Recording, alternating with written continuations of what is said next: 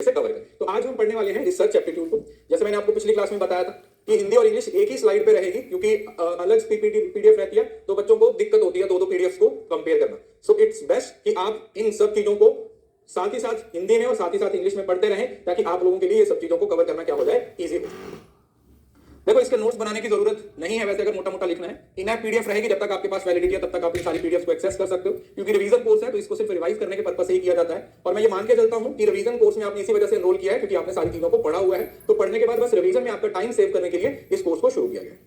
चलिए अब शुरू करते हैं रिसर्च का। तो सबसे पहले रिसर्च का मीनिंग देखो। रिसर्च का सिंपल मतलब होता है रीड प्लस सर्च। जब हम किसी चीज को बार बार, प्लीज अब बातें बंद रखेंगे, ठीक है जी, पढ़ने पे फोकस करेंगे, क्योंकि जितना आप बातें करोगे उतना टाइम लगेगा, ठीक है। मैं चाहता हूं कि अच्छे तरीके से सारी चीजों को खत्म कर दें।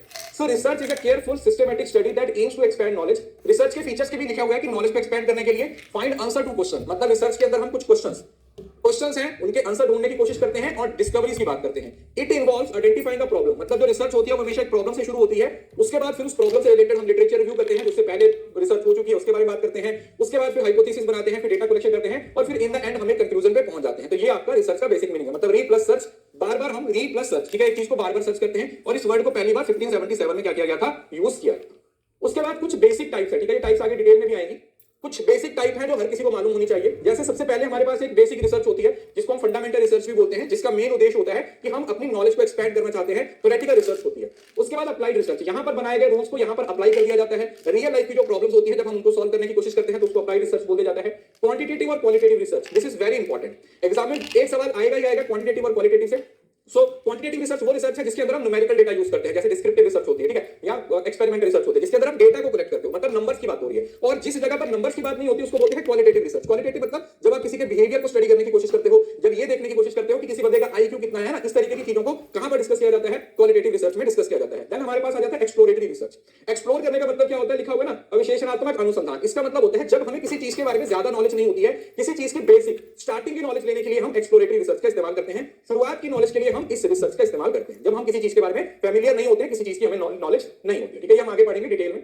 उसके बाद आता है रिसर्च क्यों की जाती है। देखो रिसर्च की इंपॉर्टेंस क्या है। सबसे पहले देखो, दुनिया में इतनी सारी नॉलेज है, आप कभी नहीं बोल सकते कि मेरे को दुनिया की सारी नॉलेज आ गई है। आपके पास जितनी नॉलेज है वो सारी दुनिया की नॉलेज का 0.00001% भी नहीं है। तो लगातार नॉलेज एक्सपैंड होती रहती है, उसके लिए हम रिसर्च करते हैं। दूसरा इनोवेशन, बिना रिसर्च के इनोवेशन नहीं हो सकती।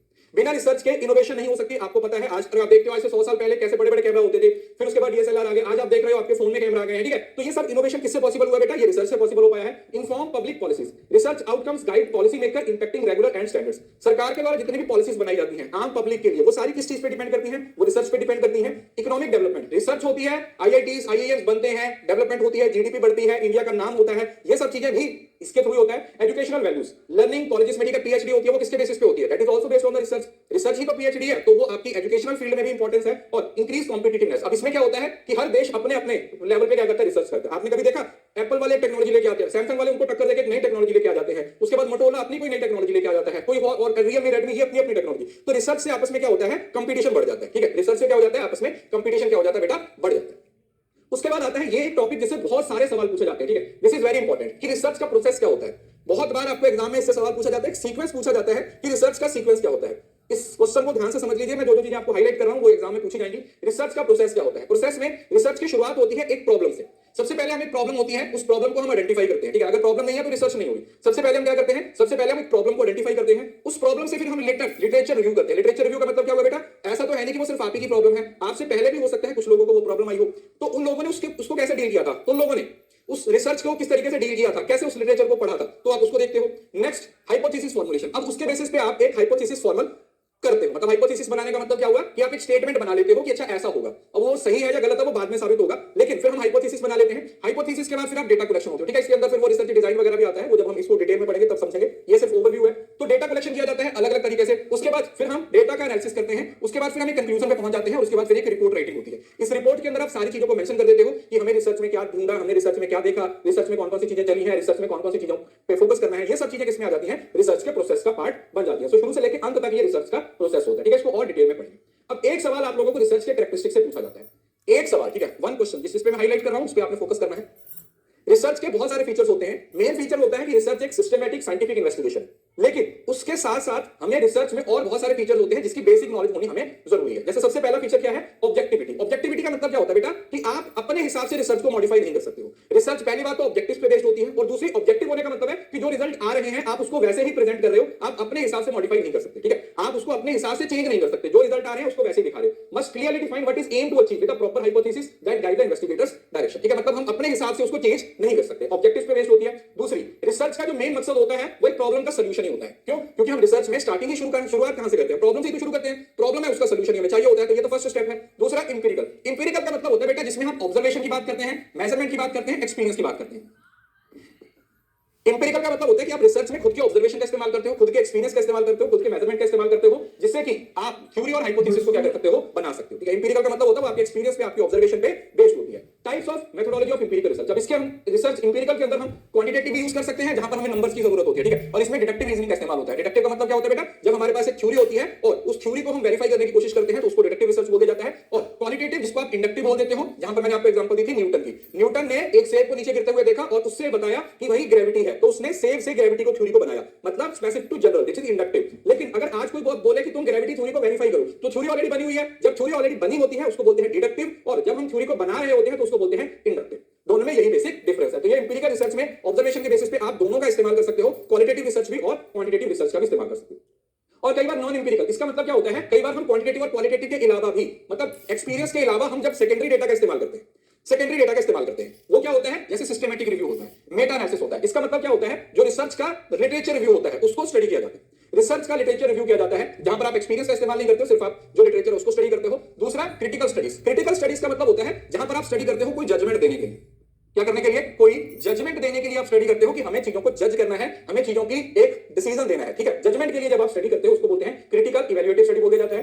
देन आ जाता है एडिटर्स इंट्रोडक्शन। एडिटर्स इंट्रोडक्शन का मतलब होता है जैसे आप न्यूज़पेपर वगैरह में पढ़ते हो ना, एडिटर, तो यहां पर जो एक्सपर्ट्स होते हैं वो अपने व्यू प्रेजेंट करते हैं किसी भी टॉपिक पे। वो क्या करते हैं? वो अपने व्यूज प्रेजेंट करते हैं किसी भी टॉपिक पे कि ये हमारा क्या है, ये this is our views on this particular topic. Then हो सकता है next, accurate observation and description. जब आप रिसर्च करते हो तो आपको बहुत सही तरीके से रिसर्च करनी है, क्योंकि आपकी छोटी सी गलती, आपकी जो छोटी सी मिस्टेक है वो आपके पूरी रिसर्च को खराब कर सकती है। तो एक्यूरेसी का होना बहुत ज्यादा जरूरी है।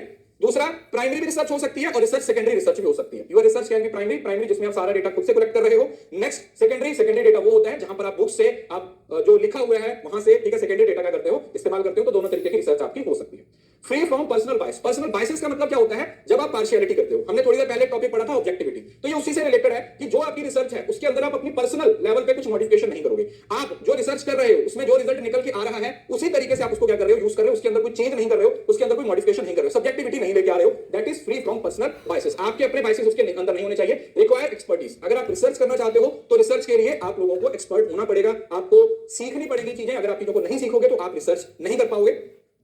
Credibility refers to the truth value and believability of qualitative research. देखिए, क्वांटिटेटिव रिसर्च में हम नंबर्स का इस्तेमाल कर लेते हैं तो हम नंबर्स पे यूज कर सकते हैं, लेकिन क्वालिटेटिव रिसर्च में क्रेडिबिलिटी का होना जरूरी है। आप, क्योंकि उसमें मेथड नहीं है कोई स्टडी करने का, तो क्वालिटेटिव रिसर्च में क्रेडिबिलिटी। क्रेडिबिलिटी का मतलब जिस पे भरोसा किया जाता है। आपकी रिसर्च के रिजल्ट या आपकी रिसर्च का डेटा इस तरीके का होना चाहिए जिसपे हम क्वालिटेटिव तरीके से क्या कर सकते हैं? क्रेडिबिलिटी पे भरोसा कर सकते हैं, मान सकते हैं कि तुमने जो भी किया है वो बिल्कुल सही किया है। रेप्लिकेबल का मतलब क्या होता है बेटा? रिपीट करना एक तरीके से। जैसे मैंने कोई रिसर्च की, उसका रिजल्ट एक आया, मैंने रिसर्च की, उसका रिजल्ट एक आया, तो अब कोई दूसरा बंदा भी उसका रिसर्च करेगा तो उसका भी सेम रिजल्ट आएगा, जिसको हम रिलायबिलिटी भी बोल देते हैं कि मेरी रिसर्च को मेरे अलावा भी अगर कोई और बंदा करेगा तो उस पर भरोसा किया जा सकता है। हम बोल सकते हैं कि हाँ यार, मैं ये रिसर्च है वो सही है, इस पर भरोसा किया जा सकता है। हमने क्या किया था और सामने वाले बंदे ने क्या किया है, उस पर क्या किया जा सकता है? ट्रस्ट किया जा सकता है। तो उसको बोल देते हैं रेप्लिकेबिलिटी। और एक्यूरेसी तो आपको मालूम ही है कि रिसर्च के अंदर आप जो टूल्स हैं उनको सही यूज करोगे, जो मेथड था वो सही यूज करोगे। आप अपने हिसाब से चीजों को चेंज नहीं कर सकते, आप अपने हिसाब से चीजों को मॉडिफाई नहीं कर सकते। देन आ जाता है लॉजिकल। रिसर्च में लॉजिकल होना जरूरी है। This is something like scientific होना चाहिए। आप ऐसे ही अपने हिसाब से मॉडिफिकेशन नहीं कर सकते, लॉजिक होना चाहिए। मतलब अगर आप किसी चीज को प्रेजेंट कर रहे हो ना कि ये मेरा रिजल्ट आया, तो आपको बताना पड़ेगा कि ये रिजल्ट कैसे आया है, इसके पीछे की कहानी क्या है, वो आपको सब कुछ क्या करना पड़ेगा? बताना पड़ेगा। अगर पीछे की कहानी नहीं बताओगे तो फिर वो रिसर्च पे भरोसा नहीं किया जा सकता, वो रिसर्च पे हम ट्रस्ट नहीं कर सकते। नेक्स्ट, रिजरस। रिजरस का मतलब क्या होता है कि रिसर्च होती है ना, वो रिजरस का मतलब क्या होगा कि बहुत सारी डिटेलिंग होती है, उसमें बहुत सारी फॉर्मेलिटीज होती हैं। रिजरस का मतलब क्या होगा? बहुत सारी डिटेल्स होती है, बहुत सारी इंफॉर्मेशन होती है, बहुत सारी चीजें हैं वो आपको करनी पड़ती है। मतलब ऐसा नहीं है कि आप बस बोल दिया कि ठीक है भाई 15 दिन में रिसर्च, ऐसा नहीं। आपकी पीएचडी 3 साल तक करती है, तो सोचो उसके लिए आपको कितनी मेहनत, कितना हार्ड वर्क है आपको वो करना पड़ता है। तो ये वही है, रिजरस का मतलब है कि बहुत मेहनत, बहुत एफर्ट्स करने पड़ते हैं रिसर्च तक पहुंचने, मतलब कंक्लूजन तक पहुंचने के लिए। देन आ जाता है कोरिलेशन एंड कॉजेशन। अब दो चीजें होती हैं, ध्यान से समझना। एक होता है कोरिलेशन, एक होता है कॉजेशन।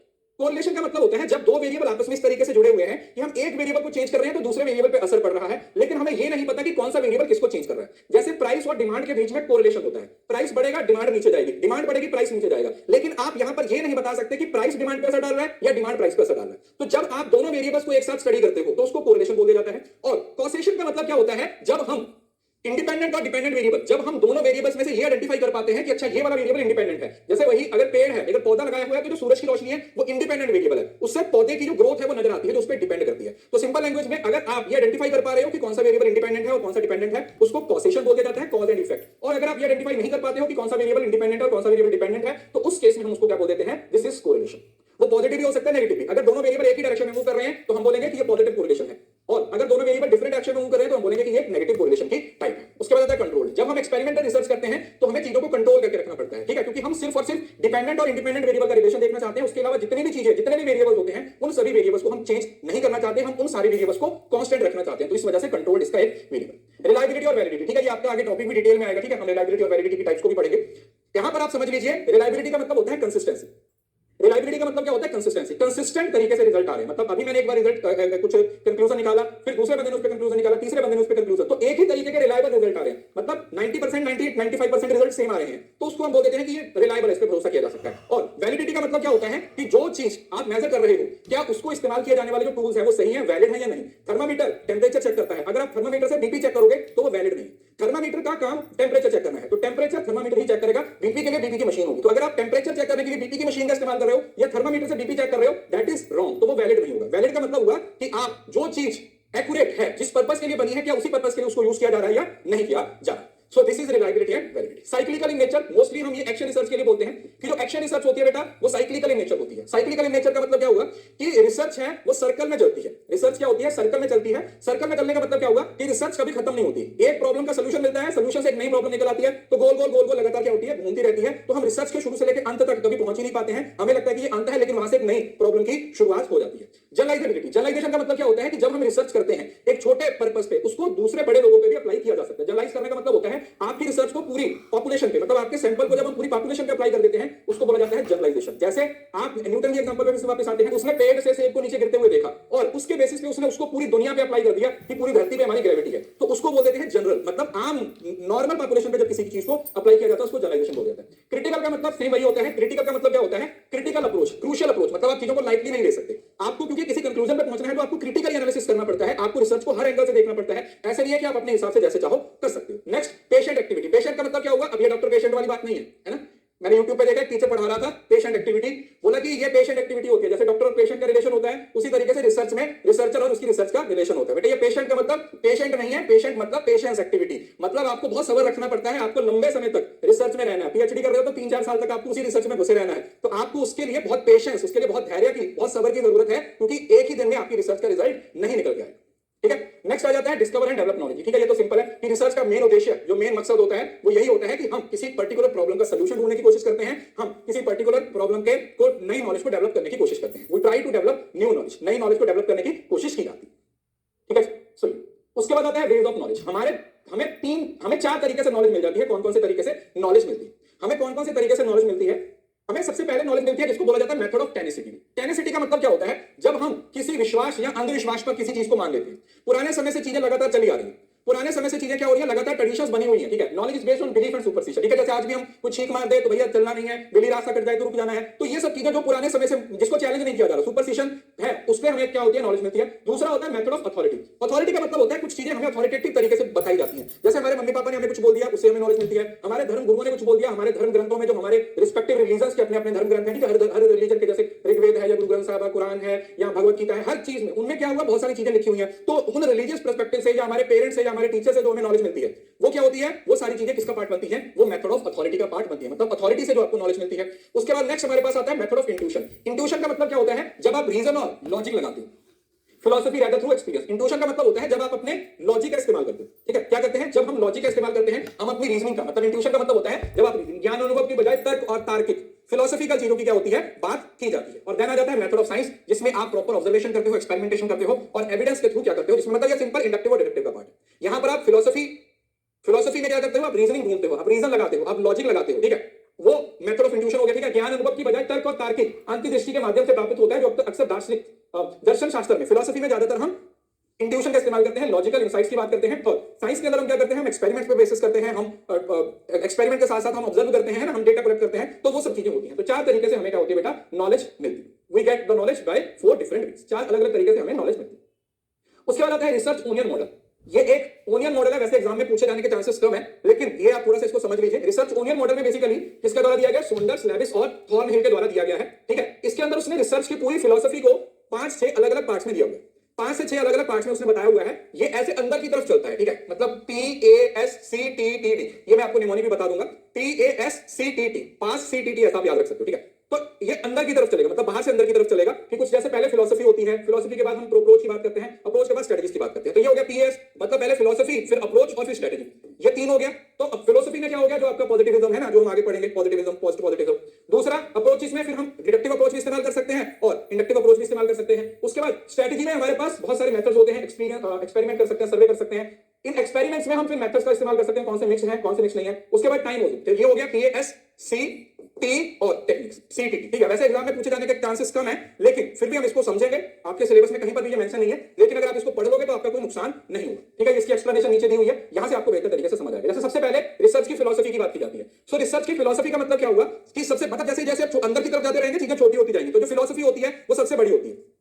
फिलोसफी है वो सबसे बड़ी होती है, मतलब यहां पर हम outer most focus on the research philosophy. अब इसके अंदर आप पॉजिटिविज्म का इस्तेमाल कर सकते हो, इंटरप्रेटिविज्म का इस्तेमाल कर सकते हो, रियलिज्म का इस्तेमाल कर सकते हो ना, जो टीचिंग में भी पढ़ते हो। तो ये यहां से आपकी रिसर्च निर्धारित होती है कि आप अपनी रिसर्च को कैसे करने वाले हो। यहां से आप डिसाइड करते हो कि रिसर्च कैसे करने वाले हो। जब हमने फिलोसफी डिसाइड कर ली, उसके बाद हम अप्रोच पे आएंगे। अब अप्रोच के अंदर हमें ये देखना है कि हमें डिडक्टिव अप्रोच का इस्तेमाल करना है या फिर इंडक्टिव। डिडक्टिव का मतलब क्या होता है, जो हमारे पास ऑलरेडी एग्जिस्टिंग थ्योरीज है, अगर हम उन थ्योरीज पे फोकस करते हैं तो हम बोल देते हैं कि ये डिडक्टिव है, और अगर हम उन्हीं थ्योरीज को बनाने की बात करते हैं तो उसको बोला जाता है इंडक्टिव अप्रोच, ठीक है। घूम फिर के वापस वही चीज आ रही है। तो पहले अप्रोचेस, पहले फिलोसफी आ जाएगी, फिर अप्रोच आ जाएगी, उसके बाद स्ट्रेटजी। स्ट्रेटजीज में आपके रिसर्च के मेथड होते हैं।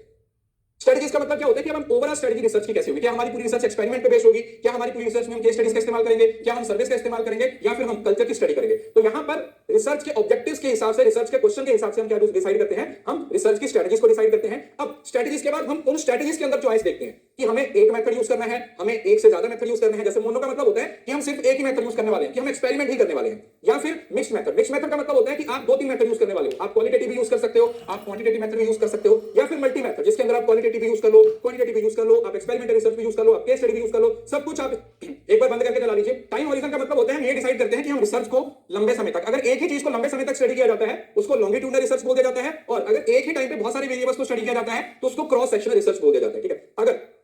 अगर हम एक ही वेरिएबल को लंबे समय तक स्टडी कर रहे हैं तो उसको लॉन्गिट्यूडनल रिसर्च बोल दिया जाता है, और अगर हम एक ही टाइम पे बहुत सारे वेरिएबल्स को स्टडी करते हैं तो उसको क्रॉस सेक्शनल स्टडी का नाम बोल दिया जाता है। और देन उसके बाद लास्ट में हमारे पास आ जाता है टेक्निक्स एंड प्रोसीजर। इसके अंदर हमारे पास जैसे आप इंटरव्यू लेते हो, ठीक है, तो डेटा कलेक्शन करेंगे, डेटा कलेक्शन से आप डेटा एनालिसिस वाली लास्ट में आ जाती है। इंटरव्यू ले सकते हो, ऑब्जर्वेशन कर सकते हो, या फिर स्टैटिस्टिकल एनालिसिस का इस्तेमाल करते हो। तो यहां पर रिसर्च की रिपोर्ट है वो क्या होती है, बनाई जाती है, ठीक है। तो ये आपका पूरे का पूरा है, ठीक है। इसको मैं एक बार दोबारा आपको दिखा देता हूं क्योंकि ये एक नया टॉपिक है एक तरीके से।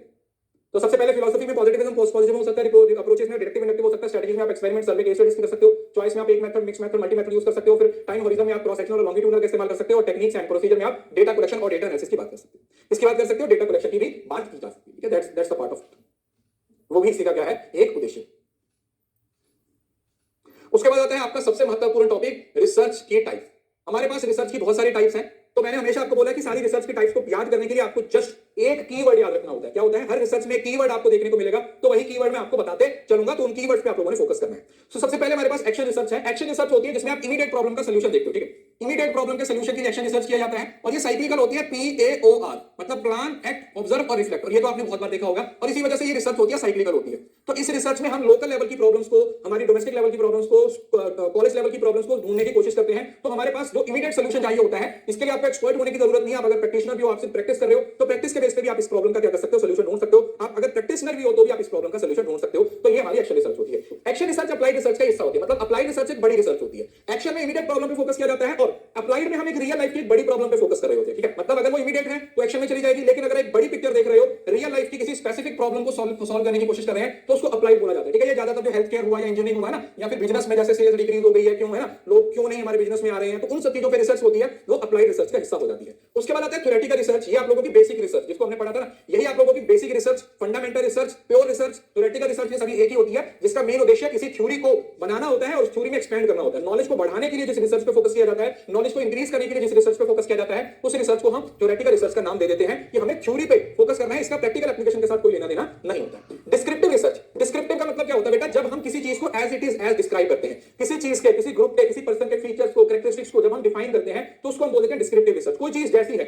जैसे ये मोबाइल है, अगर मैं आपसे बोलूं कि इसको डिफाइन करो, तो आप मोबाइल को सिर्फ डिस्क्राइब करोगे, आप अपने हिसाब से उसमें कुछ ऐड ऑन नहीं करोगे। तो जब हम डिस्क्राइब करने की बात करते हैं, तो उसको डिस्क्रिप्टिव रिसर्च बोल दिया जाता है, जिसका मेन मकसद सिर्फ और सिर्फ उसके बारे में इंफॉर्मेशन प्रोवाइड करना होता है, कोई जजमेंट पास करना नहीं होता। ठीक है, that is descriptive research. Descriptive का मतलब होता है व्हाट, सिर्फ व्हाट पे फोकस किया जाता है, कौन सी चीज किस तरीके से काम करती है। देन आ जाता है एक्सप्लोरेटरी। एक्सप्लोरेटरी कौन सी होती है, ये वहां पर यूज की जाती है जहां पर आपको किसी चीज के बारे में ज्यादा नॉलेज नहीं होती है। स्टार्टिंग एक्सप्लोर करने का मतलब ही क्या होता है, जब हम किसी एक्सप्लोर किसको करते हैं, हम उन चीजों को एक्सप्लोर करते हैं जिसके बारे में हमें ज्यादा नॉलेज नहीं होती है। तो एक्सप्लोरेटरी रिसर्च कौन सी रिसर्च है, जहां पर आपके पास ज्यादा नॉलेज नहीं है, जहां पर आप चीजों को ज्यादा अच्छे से समझ नहीं पा रहे हो, तो आप एक्सप्लोर करते हो, उसके लिए आप अलग अलग मेथड्स का इस्तेमाल करते हो। तो एक्सप्लोरेटरी में प्रायर नॉलेज के लिए यूज करते हो। ठीक है, स्टार्टिंग की शुरुआती नॉलेज के लिए आप इंटरव्यू, मतलब इसमें आपके पे कोई बंदिश नहीं होती, आप क्वांटिटेटिव यूज कर सकते हो, क्वालिटेटिव यूज कर सकते हो, कोई सा भी मेथड है वो आप इसमें क्या कर सकते हो, यूज कर सकते हो। हम एक्सप्लोरेटरी रिसर्च को पायलट स्टडी और फिजिबिलिटी स्टडी भी बोलते हैं।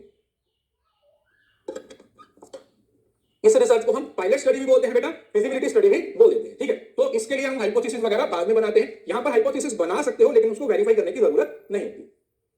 कॉजल एक्सपर्ट, कॉजल को ही एक्सपेरिमेंटल रिसर्च बोल दिया जाता है, साइंटिफिक रिसर्च बोल दिया जाता है, जहां पर आप कॉज और इफेक्ट को साबित करने की कोशिश करते हो। What you are trying to do, you are just trying to create a cause and effect relationship. मतलब हम आइडेंटिफाई कर रहे हैं कि कौन सा वेरिएबल इंडिपेंडेंट है, कौन सा वेरिएबल डिपेंडेंट है, उन दोनों के बीच में क्या रिलेशन है, उस रिलेशन के बेसिस पे हम एक्सपेरिमेंट कर रहे हैं। इंडिपेंडेंट वेरिएबल का इफेक्ट देख रहे हैं डिपेंडेंट वेरिएबल पे, जैसे क्लास में देखा जाता है कि टीचर इंडिपेंडेंट वेरिएबल है, स्टूडेंट डिपेंडेंट वेरिएबल है, तो टीचर स्टूडेंट्स को किस तरीके से अफेक्ट कर रहा है, स्टूडेंट पे टीचर का किस तरीके से असर हो रहा है, उसको क्या बोला जाता है, that is what we call dependent और independent variable. Cause and effect relation की बात की जाती है, cause and effect, cause and effect relationship को क्या किया जाता है, बनाया जाता है, इसको कॉजल एक्सपेरिमेंटल रिसर्च का नाम दिया जाता है। उसके बाद आ जाता है हमारे पास कुछ रिसर्चेस हैं जो क्वांटिटेटिव का पार्ट होती है। ठीक है, मतलब कई बार एग्जाम में पूछ लिया जाता है कि कौन कौन सी रिसर्च है वो क्वांटिटेटिव का पार्ट है, कौन कौन सी रिसर्च है वो क्वालिटेटिव का पार्ट है। तो हम टाइप्स के अकॉर्डिंग पढ़ेंगे। जैसे सबसे पहले क्वांटिटेटिव। देखो क्वांटिटेटिव का सिंपल मतलब क्या होता है, जहां पर नंबर्स का इस्तेमाल हो रहा है।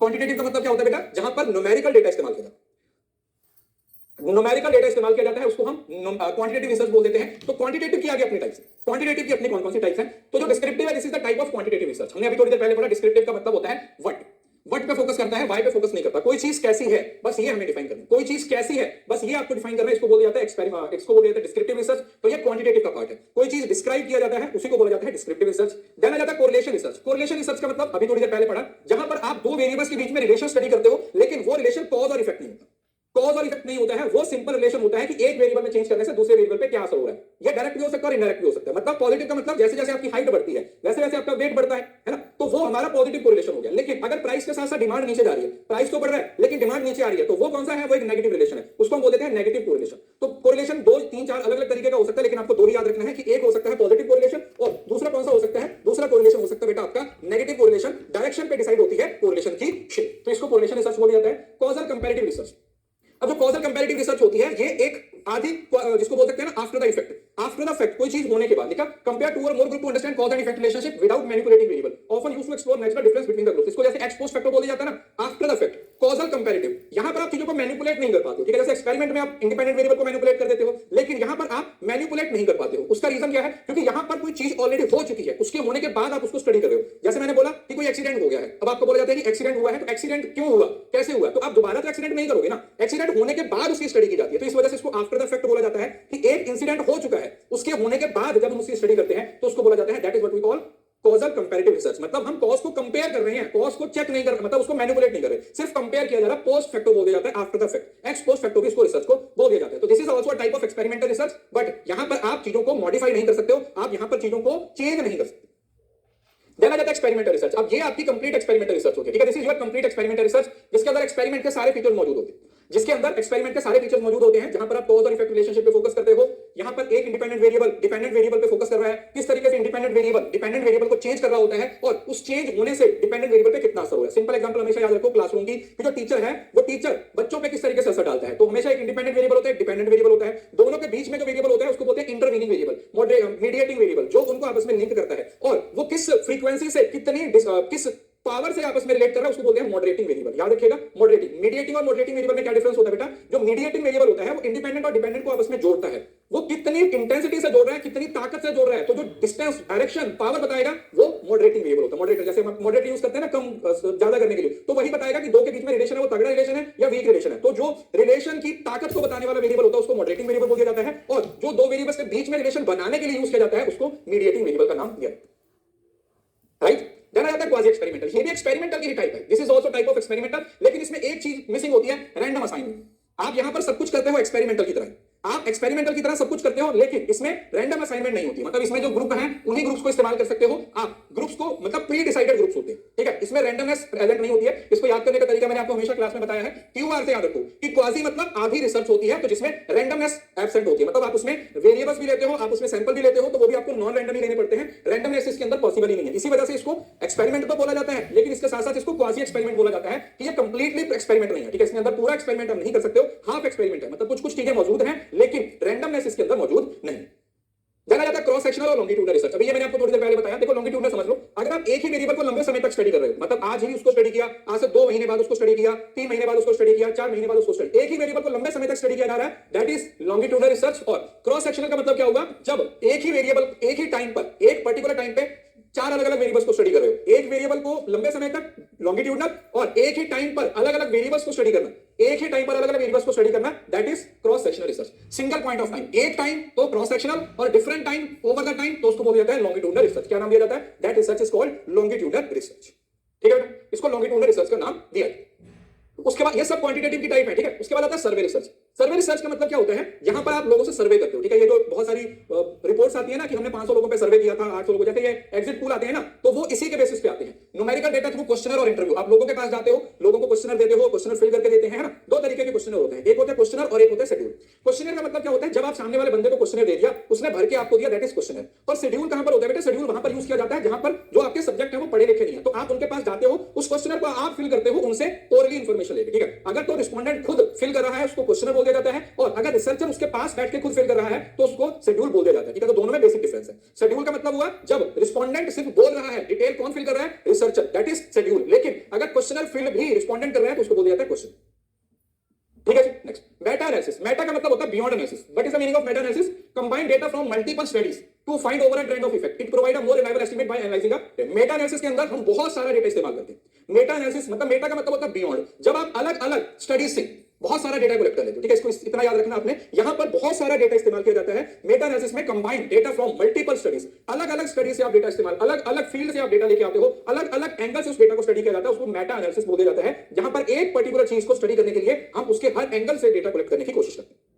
That is Meta analysis. उसके बाद आता है सर्वे एक्सपेरिमेंट। अब ये कंबाइंड मेथड हो जाता है, experimental manipulation with survey to test the effect of certain variables, useful for exploring how people respond to specific scenario. अब इसमें पता क्या होता है? सर्वे भी किया जाता है और एक्सपेरिमेंट भी किया जाता है। अब इसमें नॉर्मली क्या होता है, जैसे आप लोगों ने देखा होगा कोई कंपनी नया प्रोडक्ट लॉन्च करती है, तो उस प्रोडक्ट के बारे में लोगों से एक तो इंफॉर्मेशन ले लेंगे सर्वे, और दूसरा फिर एक्सपेरिमेंट करके देखना कि भाई इस प्रोडक्ट को देख के लोगों की ऑब्जर्वेशन, लोगों को जैसे छिप छिप के ऑब्जर्व किया जाता है ना कि अच्छा नया प्रोडक्ट देखते ही लोगों की ऑब्जर्वेशन कैसी थी, क्या उन्होंने हमारा प्रोडक्ट उठाया भी, क्या उन्होंने हमारे प्रोडक्ट को इग्नोर किया, क्या उन्होंने हमारे प्रोडक्ट को खरीदने में इंटरेस्ट दिखाया। तो आप एक साइड पे तो उनसे इंटरव्यू ले रहे हो, आप उनसे सर्वे कर रहे हो, लेकिन दूसरी साइड पे आप इनडायरेक्ट तरीके से उनको ऑब्जर्व भी कर रहे हो, उन पे एक्सपेरिमेंट भी कर रहे हो कि वो एक्चुअली में रिस्पॉन्ड कैसे कर रहे हैं आपके प्रोडक्ट को या आपके जो भी आपने उनको ऑफर किया। लिखा होगा ना, useful for exploring how people respond to specific scenario. कोई पर्टिकुलर सिनेरियो को लेके, पर्टिकुलर चीजों को लेके, आपके प्रोडक्ट को लेके, आपकी सर्विसेज को लेके लोग रिस्पॉन्ड कैसे कर रहे हैं। So this is basically related to the study of behaviour. ये आप बिहेवियर की स्टडी के लिए यूज करते हो, ठीक है। ये आप किसके लिए स्टडी कर यूज करते हो? ये आप बिहेवियर के लिए यूज करते हो, you use it for the purpose of behavioural study. तो आप बिहेवियर की स्टडी के लिए इसका क्या करते हो बेटा? इस्तेमाल करते हो। तो सर्वे एक्सपेरिमेंट। एनालिटिकल रिसर्च का मतलब होता है सिंपल, जब आप बना बनाया कंटेंट या फिर मैथमेटिकल मॉडल्स का, लिखा हुआ है यूजिंग स्टैटिस्टिकल और mathematical models to analyse data and explain relation between variable, often used in economic and epidemiological. अब साइंस में जो इकोनॉमिक्स होता है उसमें क्या होता है, हमारे पास बहुत सारा डेटा होता है, और हमारे पास बहुत सारे स्टैटिस्टिकल मॉडल्स, मैथमेटिकल मॉडल्स होते हैं, जैसे मैथ की थ्योरम्स होती है ना, या फिर स्टैट में T test, F test, Z test, correlation, regression, central tendency, बहुत सारे मेथड्स होते हैं। तो जो हमारे पास डेटा होता है, हमारे पास ऑलरेडी बहुत सारा डेटा होता है, और उस डेटा को हम मैथमेटिकल मॉडल की हेल्प से स्टडी करने की कोशिश करते हैं। समझ आया? हम मैथमेटिकल मॉडल्स को अप्लाई कर रहे हैं उस डेटा की स्टडी करने के लिए। हम उस डेटा की स्टडी कर रहे हैं किसकी हेल्प से? मैथमेटिकल और स्टैटिस्टिकल मॉडल से, ताकि हम उस वेरिएबल्स के बीच में जो रिलेशन है वो फाइंड आउट कर सकें। Cohort study.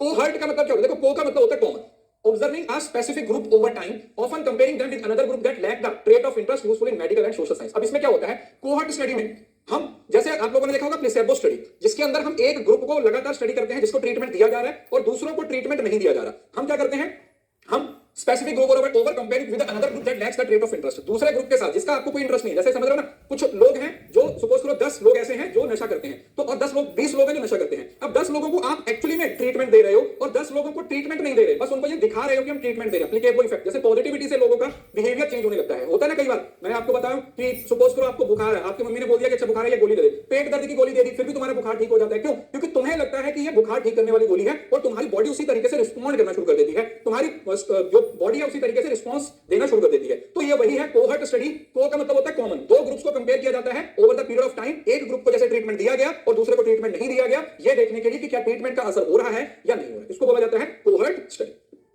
देना जाता है बेटा case control study. What is the meaning of case control? Compare individual with the specific characteristics with those lack to understand factors influencing common in health research. Same वही है। अगर हम ग्रुप्स की बात करते हैं तो उसके लिए कोहर्ट स्टडी का इस्तेमाल किया जाता है, और अगर हम इंडिविजुअल पर्सन टू पर्सन की बात करते हैं तो वो आपका केस कंट्रोल स्टडी हो जाता है। ठीक है, मतलब अगर आप एक ग्रुप को ट्रीटमेंट दे रहे हो, दूसरे ग्रुप को नहीं दे रहे हो, दैट इज जो हमारा कोहर्ट स्टडी था। लेकिन वहीं पर अगर आप एक इंडिविजुअल की बात कर रहे हो, compare individual with specific characteristics cases which those who lack it control to understand the factor influencing it. ठीक है, कि एक इंडिविजुअल टू इंडिविजुअल स्टडी कर रहे हैं, दैट इज केस कंट्रोल, और अगर आप ग्रुप को कंपेयर कर रहे हो, that is something related to the cohort study. ठीक है, दोनों का ऑब्जेक्टिव एक ही है कि हम दो ग्रुप्स को कंपेयर कर रहे हैं, वो लोग जिनको ट्रीटमेंट दिया जा रहा है और वो लोग जिनको ट्रीटमेंट नहीं दिया जा रहा है, इनको दोनों को आपस में कंपेयर करने की कोशिश की जाए। उसके बाद आता है फील्ड एक्सपेरिमेंट। फील्ड एक्सपेरिमेंट का मतलब क्या होता है? फील्ड का मतलब क्या होता है बेटा? जब आप एक्चुअली में लोगों में जाकर स्टडी करते हो, नेचुरल एनवायरनमेंट जहां पर सारी चीजें आपके कंट्रोल से बाहर होती है। दोनों एक्सपेरिमेंट ही होते हैं, ठीक है, चाहे कोहर्ट हो चाहे केस स्टडी हो, होते एक्सपेरिमेंट ही है। बस ये है कि ग्रुप और इंडिविजुअल्स के बेसिस पे उसको डिफाइन किया गया है। यहां पर क्या है? Field experiment. What is the meaning of field experiment? जहां पर आप आम पब्लिक में जाते हो, आम लोगों में जाते हो, जहां पर आपका एनवायरनमेंट पे कोई कंट्रोल नहीं है। समझ रहे हो ना? एक एक्सपेरिमेंट आप लेबोरेटरी में कर रहे हो और वही एक्सपेरिमेंट आप लोगों में जाके कर रहे हो। तो जब लोगों में जाके आप उस एक्सपेरिमेंट को करते हो तो उसको हम बोलते हैं फील्ड स्टडी, जिसको नेचुरल सेटिंग बोला जाता है। ठीक है, natural environment to test hypothesis by observing real world conditions used in psychology, education and social science. ठीक है, जैसे आप लोगों ने नॉर्मली देखा होगा ना, आजकल YouTube पे वीडियोस बहुत चलती हैं सोशल एक्सपेरिमेंट कि कई बार तिरंगा नीचे गिरा देते हैं, देखते हैं कि कौन तिरंगा उठाता है। कई बार कोई इंसान जाते जाते अपना बटुआ निकाल के फेंक देता है ना, नीचे जानबूझ के अपना बटुआ निकाल के फेंक देता है कि देखता हूं कौन मेरा बटुआ पकड़ाता है ना। तो वो सोशल एक्सपेरिमेंट वो कहां पर हो रहे हैं? वो सब चीजें फील्ड एक्सपेरिमेंट होते हैं। मतलब वहां पर एनवायरनमेंट ऐसा होता है जिस एनवायरनमेंट को आप किसी भी तरीके से कंट्रोल नहीं कर सकते, जिसको आप कंट्रोल नहीं कर सकते। अब ये दोनों में आ जाती है फील्ड एक्सपेरिमेंट। नॉर्मल ये क्वालिटेटिव का पार्ट होती है, ये वैसे दोनों में कवर होती है, लेकिन मेनली ये क्वालिटेटिव का पार्ट होती है। याद रखिएगा, वैसे एग्जाम में नहीं पूछा जाएगा, ये मेनली क्वालिटेटिव का पार्ट होती है। ठीक है, दोनों में हो सकती है, नंबर में भी हो सकती है, नॉन नंबर न्यूमेरिक भी हो सकती है, लेकिन मोस्ट ऑफ द केसेस में फील्ड स्टडी है जो नेचुरल एनवायरनमेंट में होती है, वो आप लोगों की क्वालिटेटिव का पार्ट होती है। अब आती है क्वालिटेटिव रिसर्च। क्वालिटेटिव में से बहुत सारे सवाल पूछे जाते हैं, मतलब क्वांटिटेटिव से इतने सवाल नहीं पूछे जाते हैं आपके एग्जाम में जितने आजकल क्वालिटेटिव से पूछे जाते हैं। 5-7 इसकी टाइप्स हैं, कुछ टाइप्स हैं वो आप लोगों ने ऑलरेडी पढ़ी हुई हैं और कुछ चीजें हैं जो शायद आप पहली बार पढ़ोगे, लेकिन कोई दिक्कत नहीं है। देखो, फिनोमिनोलॉजिकल रिसर्च का मतलब क्या होता है? जब एक फिनोमिना को अलग अलग लोगों ने जिया होता है और आप उसको स्टडी करने की कोशिश करते हो। जैसे मैंने एग्जांपल दी थी कि एक ही फिनोमिना को, जैसे 10 लोग हैं कोविड के पेशेंट थे, तो 10 लोगों को कोविड हुआ, कोरोना हुआ, तो वो कॉमन फिनोमिना है। अब हर किसी का अपना एक्सपीरियंस होगा। कोई बोलेगा कि मैं तो कमरे से बाहर ही नहीं निकला, कोई बोलेगा नहीं मैं तो घूमता रहा, कोई बोलेगा नहीं मेरे को तो हॉस्पिटल में बेड से नहीं उठने दिया, तीसरा बोला कि नहीं मेरे को तो ये दिक्कत थी, फलानी दिक्कत थी। तो इस तरीके से चीजें क्या करती हैं? काम करती हैं। तो उसको बोला जाता है फिनोमिनोलॉजिकल रिसर्च। बट इस फिनोमिनोलॉजिकल रिसर्च जब एक कॉमन फिनोमिना को जब लोगों ने जिया और फिर हम उस लिव्ड एक्सपीरियंस को क्या करते हैं? स्टडी करने की कोशिश करते हैं। किसी घटना के बारे में व्यक्तियों के अनुभवों पर केंद्रित है, लोगों ने उस एक्सपीरियंस को कैसे जिया था, लोगों ने उस एक्सपीरियंस को कैसे महसूस किया था, जब हम उसकी स्टडी करते हैं लिव्ड एक्सपीरियंस, उसको बोला जाता है फिनोमिनोलॉजिकल रिसर्च। देन आ जाता है एथनोग्राफिक रिसर्च। एथनोग्राफिक रिसर्च का मतलब क्या होता है?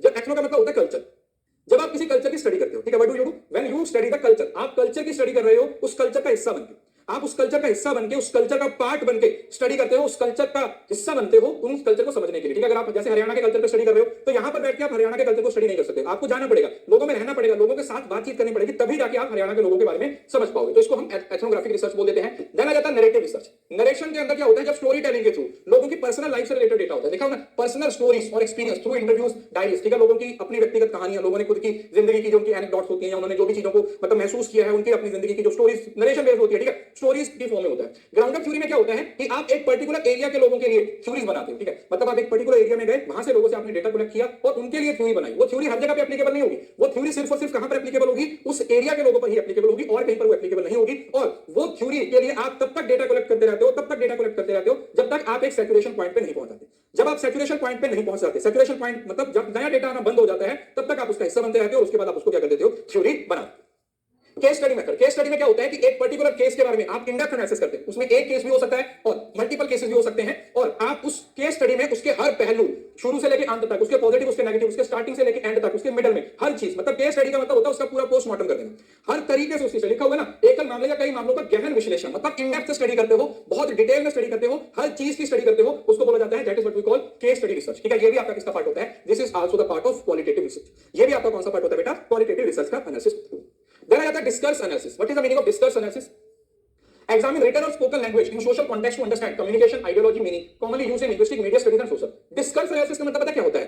किसी के आर्टिकल से, किसी की लिखी हुई बात से, किसी की बोली हुई बात से उसके कॉन्टेक्स्ट को समझना। डिस्कर्स का मतलब समझ रहे हो ना? लैंग्वेज से रिलेटेड है कि जैसे आप एक आर्टिकल पढ़ रहे हो, आप पॉलिटिकल आर्टिकल पढ़ रहे हो, तो आप पॉलिटिकल आर्टिकल पढ़ के अंडरस्टैंड कर पाओगे कि यार ये बंदा ना इस एक्स वाई जेड पार्टी को सपोर्ट करता है, या ये बंदा इस पार्टी को नफरत करता है। तो जब हम किसी की लिखी हुई बातों से, किसी के लिखे हुए लिटरेचर से, किसी के लिखे हुए बोले हुए आर्टिकल से हम उसके व्यू पॉइंट को समझने की कोशिश करते हैं कि दो लाइंस के बीच का मीनिंग होता है। ठीक है, सामाजिक संदर्भ में लिखत या बोले गए भाषा का अध्ययन करना, ये देखना कि जो उसने बोला है वो क्यों बोला है और उसके पीछे का क्रक्स क्या है, उसके पीछे की कहानी क्या है। जब हम इन सब चीजों की स्टडी करते हैं तो उसको बोला जाता है डिस्कर्स एनालिसिस। ठीक है, discourse analysis this is related to the language. ये किससे होता है? लैंग्वेज की स्टडी को बोलते हैं। दूसरा आ जाता है कंटेंट एनालिसिस। अब कंटेंट एनालिसिस कुछ इसी तरीके का होता है, वो सिंपल क्या होता है? पैटर्न्स और थीम्स को। ठीक है, इसके अंदर सिर्फ ये होता है कि कोई इमेज हुआ, कोई टेक्स्ट हुआ, उससे आप उसको इंटरप्रेट करने की, उसके पैटर्न्स और थीम्स को अंडरस्टैंड करने की कोशिश करते हो। मतलब ये बहुत इन डेप्थ होता है। डिस्कर्स के अंदर आप सोशल पर्सपेक्टिव से देखते हो और यहां पर आप कॉमन पर्सपेक्टिव से कंटेंट एनालिसिस के अंदर क्या होते हो? आप टेक्स्ट से, इमेजेस से या मीडिया से उनके पैटर्न्स को, उनके थीम्स को स्टडी करने की कोशिश करते हो। ठीक है, ये इन डेप्थ नहीं होता है, ये नॉर्मली कम्युनिकेशन में यूज किया जाता है और ये ऊपर वाला ज्यादातर लिंग्विस्टिक में यूज किया जाता है। मतलब समझ रहे हो ना? ये 1.0 हो गया और ये 2.0 हो गया। ठीक है, यहां पर बेसिक अंडरस्टैंडिंग होगी और यहां पर इन डेप्थ अंडरस्टैंडिंग की बात होगी। यहां पर सिर्फ आप पैटर्न्स और थीम्स पे फोकस करना है। ये दो कीवर्ड्स हैं, इसमें सिर्फ और सिर्फ आप पैटर्न्स और थीम्स को स्टडी करने की कोशिश कर रहे हो। What you are trying to do, आप या तो पैटर्न्स को स्टडी कर रहे हो या आप थीम्स को स्टडी कर रहे हो। उसके लिए हम कंटेंट एनालिसिस का यूज करते हैं। लेकिन जब हम किसी पर्सन को जज करने की कोशिश करते हैं, when we try to understand कि ये बंदा कहना क्या चाहता है, इस बंदे का व्यू पॉइंट क्या है, इस बंदे की का पर्सपेक्टिव क्या है, जब आप इन डेप्थ जाकर स्टडी करते हो तो उसको बोला जाता है कंटेंट एनालिसिस का नाम दिया जाता है। बनाया हिस्टोरिकल रिसर्च। देखो, हिस्टोरिकल रिसर्च का मतलब होता है पास्ट में कोई ट्रेंड रहा होगा, पास्ट में किसी चीज के एवोल्यूशन की बात करते हैं। तो हिस्टोरिकल रिसर्च का मतलब क्या होता है बेटा? Examine past event and context to understand historical development. किस तरीके से हिस्टोरिकल डेवलपमेंट होती है, भारत में किस तरीके से इंडस्ट्रियलाइजेशन हुआ, भारत में किस तरीके से एजुकेशन का विकास हुआ, भारत में किस तरीके से ट्रेड यूनियन का विकास हुआ, भारत में किस तरीके से वर्ल्ड जो इकोनॉमिक डेवलपमेंट हुआ। और इसमें एक वर्ड है वो बहुत ज्यादा इंपॉर्टेंट होता है, क्रिटिसिज्म। इसमें सारे जो रिसर्चर होते हैं ना, जो भी वही हिस्टोरियंस होते हैं, वो एक दूसरे को देखा, हिस्ट्री तो हमने देखी नहीं, आज से 200 साल पहले क्या हुआ किसी को मालूम नहीं है। तो हर कोई बंदा अपने हिसाब से स्टडी को बताता है, हर कोई बंदा अपने हिसाब से हिस्ट्री को बताता है। तो दूसरे बंदे को पसंद नहीं आती, वो उसका क्रिटिसाइज कर देता है, तीसरे बंदे को उसकी स्टाइल पसंद नहीं आती, वो उसका क्रिटिसाइज कर देता है। तो जो क्रिटिसिज्म है, this is the keyword. Criticism है वो इसका कीवर्ड है किसके अंदर? हिस्टोरिकल रिसर्च के अंदर। ठीक है, एक्शन रिसर्च ये भी आपकी क्वांटिटेटिव और क्वालिटेटिव वैसे दोनों में आती है। ठीक है, एक्शन रिसर्च मैंने अभी आपको बता दिया है, प्रैक्टिशनर्स के द्वारा प्लान, एक्ट, ऑब्जर्व और रिफ्लेक्ट के अंदर जो हमारे पास इमीडिएट प्रॉब्लम होती है। कौन सी बेटा? इमीडिएट प्रॉब्लम होती है। इमीडिएट प्रॉब्लम का सॉल्यूशन ढूंढने के लिए हम इसका इस्तेमाल करते हैं। इमीडिएट प्रॉब्लम का सॉल्यूशन ढूंढने के लिए हम क्या करते हैं? इसका इस्तेमाल करते हैं। उसके बाद आता है focus group research. Focus group का मतलब क्या होता है? फोकस ग्रुप का मतलब हुआ collect data through group discussion on a specific topic to gain insight into collective opinion. It commonly used in social science. Focus group का मतलब क्या होता है कि हम किसी पर्टिकुलर टॉपिक के बारे में जानना चाहते हैं, तो एक टॉपिक होता है और उसके लिए हम कुछ ग्रुप ऑफ पीपल को बुला लेते हैं। जैसे 5 लोगों को बुला लिया, उनको एक टॉपिक दे दिया, अब उनको बोला कि आप जितनी इस पे नॉलेज दे सकते हो, कलेक्टिव ओपिनियन जितना डिटेल में देना चाहते हो आप उतना डिटेल में इस पे इंफॉर्मेशन दीजिए। तो वो लोग उसके बारे में डिटेल निकालते हैं, हर कोई अपने अपने व्यू पॉइंट होता है। तो मतलब हम एकदम इन डेप्थ में जाके उसको क्या करते हैं? स्टडी करने की कोशिश करते हैं। एकदम डिटेल में जाके हम फोकस ग्रुप में क्या करते हैं? रिसर्च पे टारगेट करते हैं। तो फोकस ग्रुप रिसर्च कौन सी होती है? जहां पर हम फुल डेप्थ में जाके सब लोगों से क्या करते हैं? फोकस करते हैं।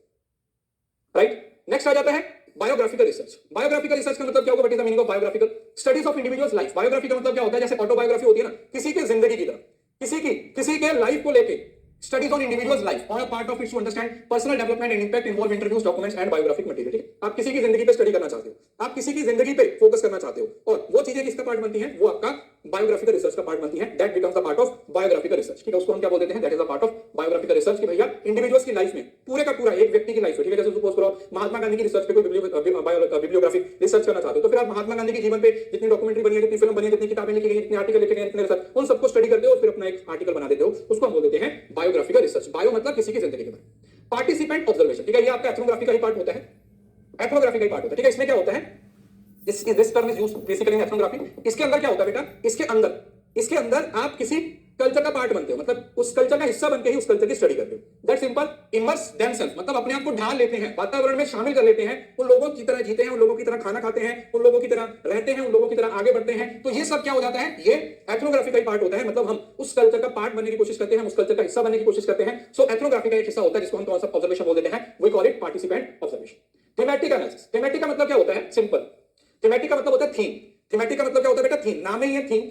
Identify and analyse recurring theme और pattern within qualitative data often used to interpret interview translate test and media content. इसमें भी क्वालिटेटिव डेटा, जैसे इससे पहले भी निकल के गया था एक कंटेंट एनालिसिस। कंटेंट एनालिसिस और थीमेटिक एनालिसिस में बेसिकली क्या होता है, कंटेंट एनालिसिस क्वांटिटेटिव डेटा पे भी हो सकता है, लेकिन वही जब हम क्वालिटेटिव डेटा में, क्वालिटेटिव डेटा के अंदर हम थीम्स को आइडेंटिफाई करने की कोशिश करते हैं, हम पैटर्न्स को आइडेंटिफाई करने की कोशिश करते हैं, interpret interview translate test and media content, तो उसको बोल दिया था थीमेटिक एनालिसिस। गुणात्मक डेटा में पुनरावृत्त थीम या पैटर्न की पहचान उसके कंटेंट की तरह ही है, बस ये क्या हो गया, यहां पर नॉर्मल टेक्स्ट की जगह पर क्वालिटेटिव डेटा हो सकता है, ठीक है, कोई इंटरव्यू हो सकती है, कुछ भी ऐसी चीजें हो सकती हैं जिसको आप स्टडी करके उसके पैटर्न्स को, उसके थीम, डिस्कस, कंटेंट और थीमेटिक तीनों एक ही जैसे हैं। डिस्कस में आप इन डेप्थ जाते हो, कंटेंट में आप थीम्स की बात करते हो जहां पर आपके पास डेटा है, और वहीं पर क्वालिटेटिव डेटा के केस में उसको क्या बोला जाता है, उसको हम थीमेटिक एनालिसिस बोल देते हैं। क्रिटिकल रिसर्च हम ऑलरेडी डिस्कस कर चुके हैं, power structure and social issues, ठीक है। क्रिटिकल एनालिसिस किया जाता है किसी भी चीज का, जैसे सोसाइटी में क्यों लोग, जो अमीर लोग हैं वो अमीर होते जा रहे हैं, जो गरीब है वो गरीब होते जा रहे हैं, किस तरीके के दुनिया के 10% लोग हैं वो 90% लोगों को चला रहे हैं, ये सब चीजें क्रिटिकल होती हैं। कल्चर या वो सोशल कॉन्टेक्स्ट को किसी भी तरीके से जो नॉर्म्स होती है उसको क्या करते हैं, टारगेट करते हैं, ये बताते हैं कि अच्छा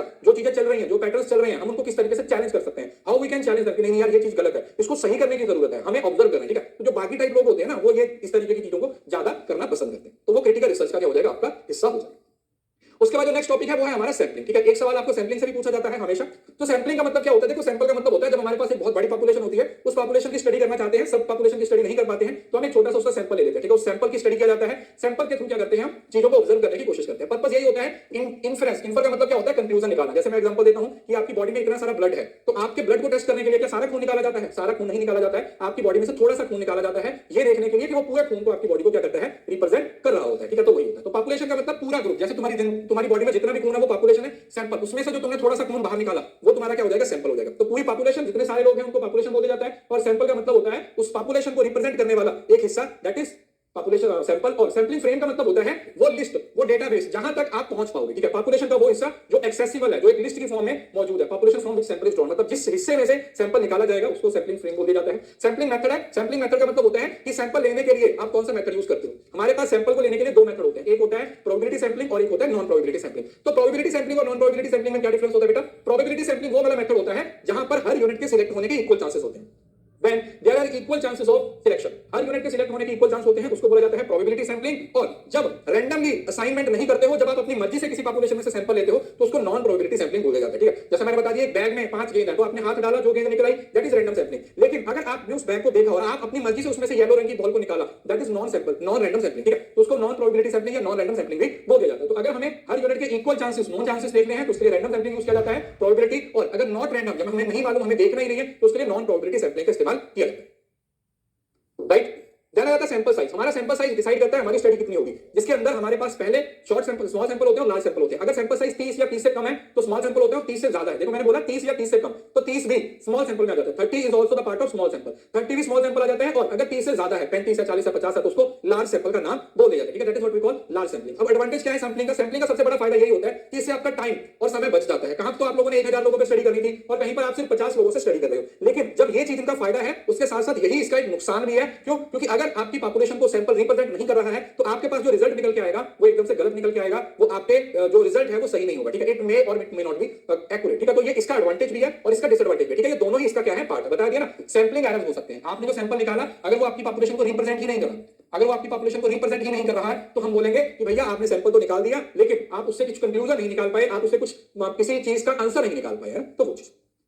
अब हमारे पास सैंपलिंग की टाइप्स होती हैं, जिसमें सबसे पहले हम पढ़ेंगे प्रोबेबिलिटी सैंपलिंग। प्रोबेबिलिटी सैंपलिंग कौन सा था अभी बताया। प्रोबेबिलिटी सैंपलिंग वो टाइप्स होती हैं जिसके अंदर हम ये देखते हैं कि हर यूनिट के सिलेक्ट होने के इक्वल चांसेस, हर यूनिट के सिलेक्ट होने के इक्वल चांसेस होते हैं। तो सबसे सिंपल होता है सिंपल रैंडम सैंपलिंग, जिसको लॉटरी मेथड भी बोला जाता है। हर यूनिट के सिलेक्ट होने के इक्वल चांसेस, आप रैंडमली कोई भी सैंपल निकाल दिया, जैसे ताश है, ताश के पत्तों में से आपने एक पत्ता निकाल दिया, that is random sampling. Random होता है लॉटरी, ठीक है। जैसे ड्रॉ निकलते हैं, है ना, जैसे लॉटरीज निकलती हैं, तो वो रैंडम सैंपलिंग होती है। आप डालते हो, कोई भी चीज आ गई तो आप उसको क्या कर देते हो, सिलेक्ट कर देते हो, उसको बोला जाता है that is simple random sampling. Then आ जाता है स्ट्रेटिफाइड। स्ट्रेटिफाइड में क्या होता है बेटा, स्ट्रेटिफाइड के अंदर क्या होता है, जब आपके पास पॉपुलेशन होती है तो उस पॉपुलेशन को पहले आप होमोजेनियस ग्रुप्स में डिफाइन कर देते हो, ठीक है। जैसे मेल का ग्रुप बना दिया, फीमेल का बना दिया, चिल्ड्रन का बना दिया। उसके बाद आप कुछ मेल में से लेते हो, कुछ फीमेल से लेते हो, कुछ चिल्ड्रन, और फिर तीनों को मिला देते हो, तो आपका स्ट्रेटिफाइड सैंपलिंग हो सकता है। तो ये आप लोगों का प्रोपोर्शनेट भी हो सकता है और नॉन प्रोपोर्शनेट भी हो सकता है। अगर तो आपने मेल 10 लिया, फीमेल 10 लिया और चिल्ड्रन भी 10 लिए, तो बराबर हुए, तो उसको प्रोपोर्शनेट सैंपलिंग बोल दिया जाएगा, प्रोपोर्शनेट स्ट्रेटिफाइड सैंपलिंग। और अगर वो अनप्रोपोर्शनेट है, नॉन प्रोपोर्शनेट है, दैट मींस आपने जो लड़कों का नंबर लिया था वो 10 लिया, लेकिन जो गर्ल्स का नंबर है वो 5 लिया, और जो लेडीज का नंबर है वो 30 ले लिया,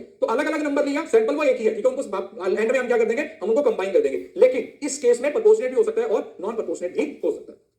देन आता है systematic sampling. What is the meaning of systematic sampling? अब सिस्टमैटिक सैंपलिंग क्या होता है बेटा? सिस्टमैटिक सैंपलिंग का मतलब होता है जब हम रैंडम सैंपलिंग में पहली यूनिट सिलेक्ट कर लेते हैं, उसके बाद इक्वल इंटरवल से निकालते रहते हैं। जैसे हमारे पास 100 लोग हैं, तो आपने पहली यूनिट निकाली, सपोज करो फर्स्ट यूनिट आ गई, तो अब उस फर्स्ट यूनिट के बेसिस पे सब कुछ निकलेगा। पहली यूनिट, 11वीं यूनिट, 21वीं यूनिट, समझ रहे हो ना? मतलब है तो रैंडम सैंपलिंग, लेकिन प्रॉपर रैंडम नहीं है। क्यों? क्योंकि इसमें सिर्फ पहली यूनिट रैंडमली सिलेक्ट की जा रही है, बाकी सारी यूनिट उस पर डिपेंड करेगी। kth नंबर मतलब nth नंबर हमने उसको निकाल दिया, पहली यूनिट अगर 5 आ गई तो बाकी 15 25 ऐसे हो जाएंगे, लेकिन पहली यूनिट रैंडमली सिलेक्ट है, बाकी सारी नॉन रैंडम हो जाएंगी। क्यों? क्योंकि वो पहली यूनिट पे डिपेंड करती है। वही इसका पॉजिटिव और वही इसका नेगेटिव है, वो पॉजिटिव और नेगेटिव दोनों होते हैं। अब क्लस्टर सैंपलिंग में क्या होता है? जैसे स्ट्रेटा में हमने रैंडम सैंपलिंग में होमोजेनियस के ग्रुप्स बनाए थे, ठीक है, मेल फीमेल को बनाए थे। अब क्लस्टर में आप ग्रुप्स नहीं बनाते, नेचुरली ग्रुप बने हुए होते हैं। जैसे एक 4 ग्रुप बने हुए हैं और हर ग्रुप में मेल फीमेल बने हुए हैं, हर ग्रुप में मेल फीमेल चिल्ड्रन है, हर ग्रुप में मेल फीमेल चिल्ड्रन, हर ग्रुप में मेल फीमेल चिल्ड्रन है। तो जब नेचुरली अकरे ग्रुप्स होते हैं तो आप ग्रुप्स नहीं बनाते, आप पूरा एक ग्रुप उठा लेते हो। जैसे स्ट्रेटा में क्या किया था? हर किसी में से थोड़ा थोड़ा लिया था, लेकिन यहां पर आप हर किसी में से थोड़ा थोड़ा नहीं लेते हो, आप एक पूरे का पूरा ग्रुप उठा लेते हो और उसको स्ट्रेटिफाइड क्लस्टर सैंपलिंग बोल दिया जाता है। ठीक है, that is what we call cluster sampling. Cluster और स्ट्रेटिफाइड में यही डिफरेंस है। स्ट्रेटिफाइड में आप ग्रुप बनाते हो और फिर हर ग्रुप में से थोड़ा थोड़ा लेते हो, लेकिन स्ट्रेटिफाइड क्लस्टर के अंदर आप ग्रुप्स बनाते नहीं हो, वो ग्रुप्स ऑलरेडी बने हुए होते हैं, वो ग्रुप्स ऑलरेडी इसका पार्ट होते हैं और उसको सिलेक्ट करने के बस आपकी जिम्मेदारी उसको सिलेक्ट करना होता है और उसको कुछ करना नहीं, राइट? अब इसी का एक पार्ट होता है multi stage sampling. Multi stage में क्या होता है? एक बहुत ही कॉम्प्लेक्स है, क्लस्टर की एक कॉम्प्लेक्स टाइप है, जहां पर बहुत ज्यादा बड़ा एरिया होता है और आप में से उसमें से सैंपल सिलेक्ट करने होते हैं। तो आप स्टेज वाइज आते रहते हो, हर स्टेज में क्या होता है? थोड़ा थोड़ा सैंपल का साइज कम होता रहता है। जैसे यूपीएससी प्री, पहले इंटरव्यू मतलब पेपर देने वाले 1 लाख लोग, प्री निकला 25,000 का, मेंस निकला 10,000 का, इंटरव्यू निकला 6,000 का, 5,000 का, एंड में यूपीएससी जो क्लियर हुआ वो सपोज करो 500। तो इस तरीके से हर स्टेज पे क्रॉस होते होते जो सैंपलिंग का साइज है, जो सैंपल का साइज है, वो क्या होता रहता है बेटा? कम होता रहता है। जितने भी ये डांस इंडिया डांस हुआ, बिग बॉस हुआ, ये जितने भी है ये सब मल्टी स्टेज सैंपलिंग का ही पार्ट होते हैं। क्यों? क्योंकि जैसे जैसे आप नीचे आते जाओगे वैसे वैसे सैंपल का साइज क्या होता जाएगा? कम होता जाएगा, और एंड में जो क्रीम आपको चाहिए, एंड में जो सैंपल साइज आपको चाहिए वो आपको मिल जाता है। ठीक है, जैसे यूपीएससी वाले बोलते हैं ना, हमें पूरे इंडिया में से 800 लोग चाहिए, तो 800 लोगों के लिए 1 लाख से 800 तक आते हैं, तो वो धीरे धीरे ऐसे रिड्यूस होते जाते हैं इस तरीके से। ठीक है, तो उसको हम मल्टी स्टेज सैंपलिंग बोल देते हैं। उसके बाद आ जाता है सिस्टमैटिक रैंडम सैंपलिंग। ये सेम वही है, ठीक है, जिसको हमने अभी पढ़ा सिस्टमैटिक रैंडम सैंपलिंग। इसको इक्वल इंटरवल भी बोल दिया जाता है। ठीक, it is also called equal interval sampling. इसको हम एक और नाम भी बोल देते हैं, कौन सा? Equal interval sampling. Equal interval का मतलब होता है कि आप पहली यूनिट को रैंडमली सिलेक्ट कर लेते हो और उसके बाद की यूनिट्स ऑटोमेटिकली सिलेक्ट होती जाती है। पहली यूनिट को आप रैंडमली सिलेक्ट करते हो, लेकिन उसके बाद जितनी भी यूनिट्स हैं वो अपने आप सिलेक्ट होती जाएंगी, आपको बाकी की यूनिट्स को सिलेक्ट करने की कभी जरूरत नहीं।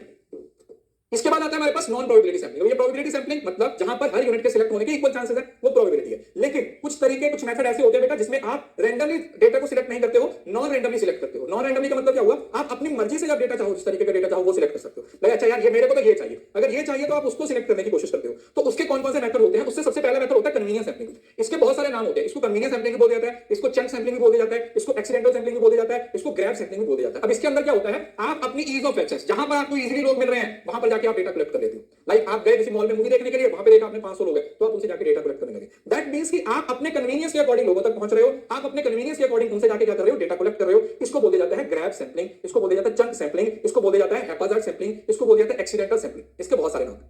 ठीक है, जितने लोग आपको चाहिए उतने लोगों तक आप पहुंचे।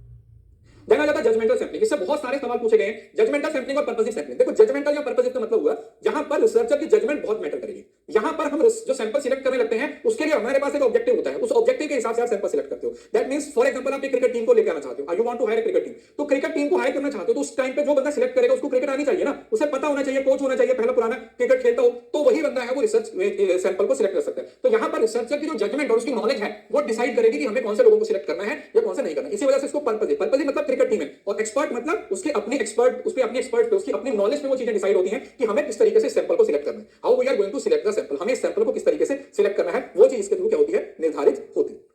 उसके बाद आता है कोटा सैंपलिंग। देखो, कोटा में क्या होता है? लिमिट लगा दी जाती है। Population is divided into subgroup and predetermined number of participants selected from ensuring representing without random selection। इसमें क्या होता है कि आप पहले तो पॉपुलेशन को ग्रुप्स में डिवाइड कर देते हो और फिर हर ग्रुप में से नंबर ऑफ यूनिट्स को सिलेक्ट कर देते हो एक पर्टिकुलर चीज पे। जैसे आपने बोल दिया कि हमें पूरे इंडिया में से 200 लोगों का डेटा चाहिए, तो 50-50 कर दो, चारों से, नॉर्थ, ईस्ट, वेस्ट, साउथ, हर जगह से 50-50 लोग लेके आएंगे और 50 से ज्यादा नहीं लेंगे, लेकिन 50 लोग वो लेंगे जिनकी उम्र 50 साल से ज्यादा है। तो आपने कोटा फिक्स कर दिया, कैरेक्टरिस्टिक्स को लेकर भी 50 साल से ज्यादा होना चाहिए और नंबर को लेकर भी कि 50 लोग होने चाहिए। तो आप पूरे इंडिया में से 200 लोगों को लेकर आ रहे हो, कोटा सैंपलिंग के थ्रू सब कुछ फिक्स कर दिया है कि इतना ही चाहिए और ये वाला कैरेक्टरिस्टिक्स हमें मौजूद होना चाहिए। उसको कोटा सैंपलिंग का नाम बोल दिया जाता है। उसके बाद आता है स्नोबॉल सैंपलिंग, इसको चेन सैंपलिंग भी बोल दिया जाता है, इसको नेटवर्क सैंपलिंग भी बोल दिया जाता है। What is the meaning of snowball sampling या नेटवर्क सैंपलिंग? इसमें होता है कि आप ये ऐसे लोग होते हैं जिन तक पहुंचना आपके लिए डिफिकल्ट होता है, तो इसके लिए आप क्या करते हो, आप ऐसे लोगों को सिलेक्ट करते हो जो आगे इन लोगों के बारे में बताएं। जैसे जय हो मूवी देखी आपने कि तुम 3 लोगों की हेल्प करो, वो आगे 3 की हेल्प करेंगे, वो आगे 3 की हेल्प करेंगे। उसी तरीके से जैसे आप ड्रग एडिक्ट पे काम करना चाहते हो तो कोई बंदा आसानी से आपको बताएगा कि मैं ड्रग्स लेता हूं, कोई नहीं बताएगा। तो आपको कोई बंदा ढूंढना पड़ेगा जो ड्रग्स लेता है, उसको पकड़ा, फिर वो आगे 3 वो दूसरे जो ड्रग एडिक्ट हैं उनको लेके आएगा, फिर वो आगे 3 और एडिक्ट। तो जहां पर सैंपल सिलेक्ट करना डिफिकल्ट होता है, जहां पर सैंपल लेना डिफिकल्ट होता है, वहां पर आप चेन सैंपलिंग का इस्तेमाल करते हो। तो जो रिसर्चर को एक पार्टिसिपेंट मिला है ना, बाकी पार्टिसिपेंट्स को लेके आने की भी उसी की जिम्मेदारी, बाकी सारे पार्टिसिपेंट्स को लेके आने की भी उसी की जिम्मेदारी है, वही बाकी सबको भी लेके आएगा।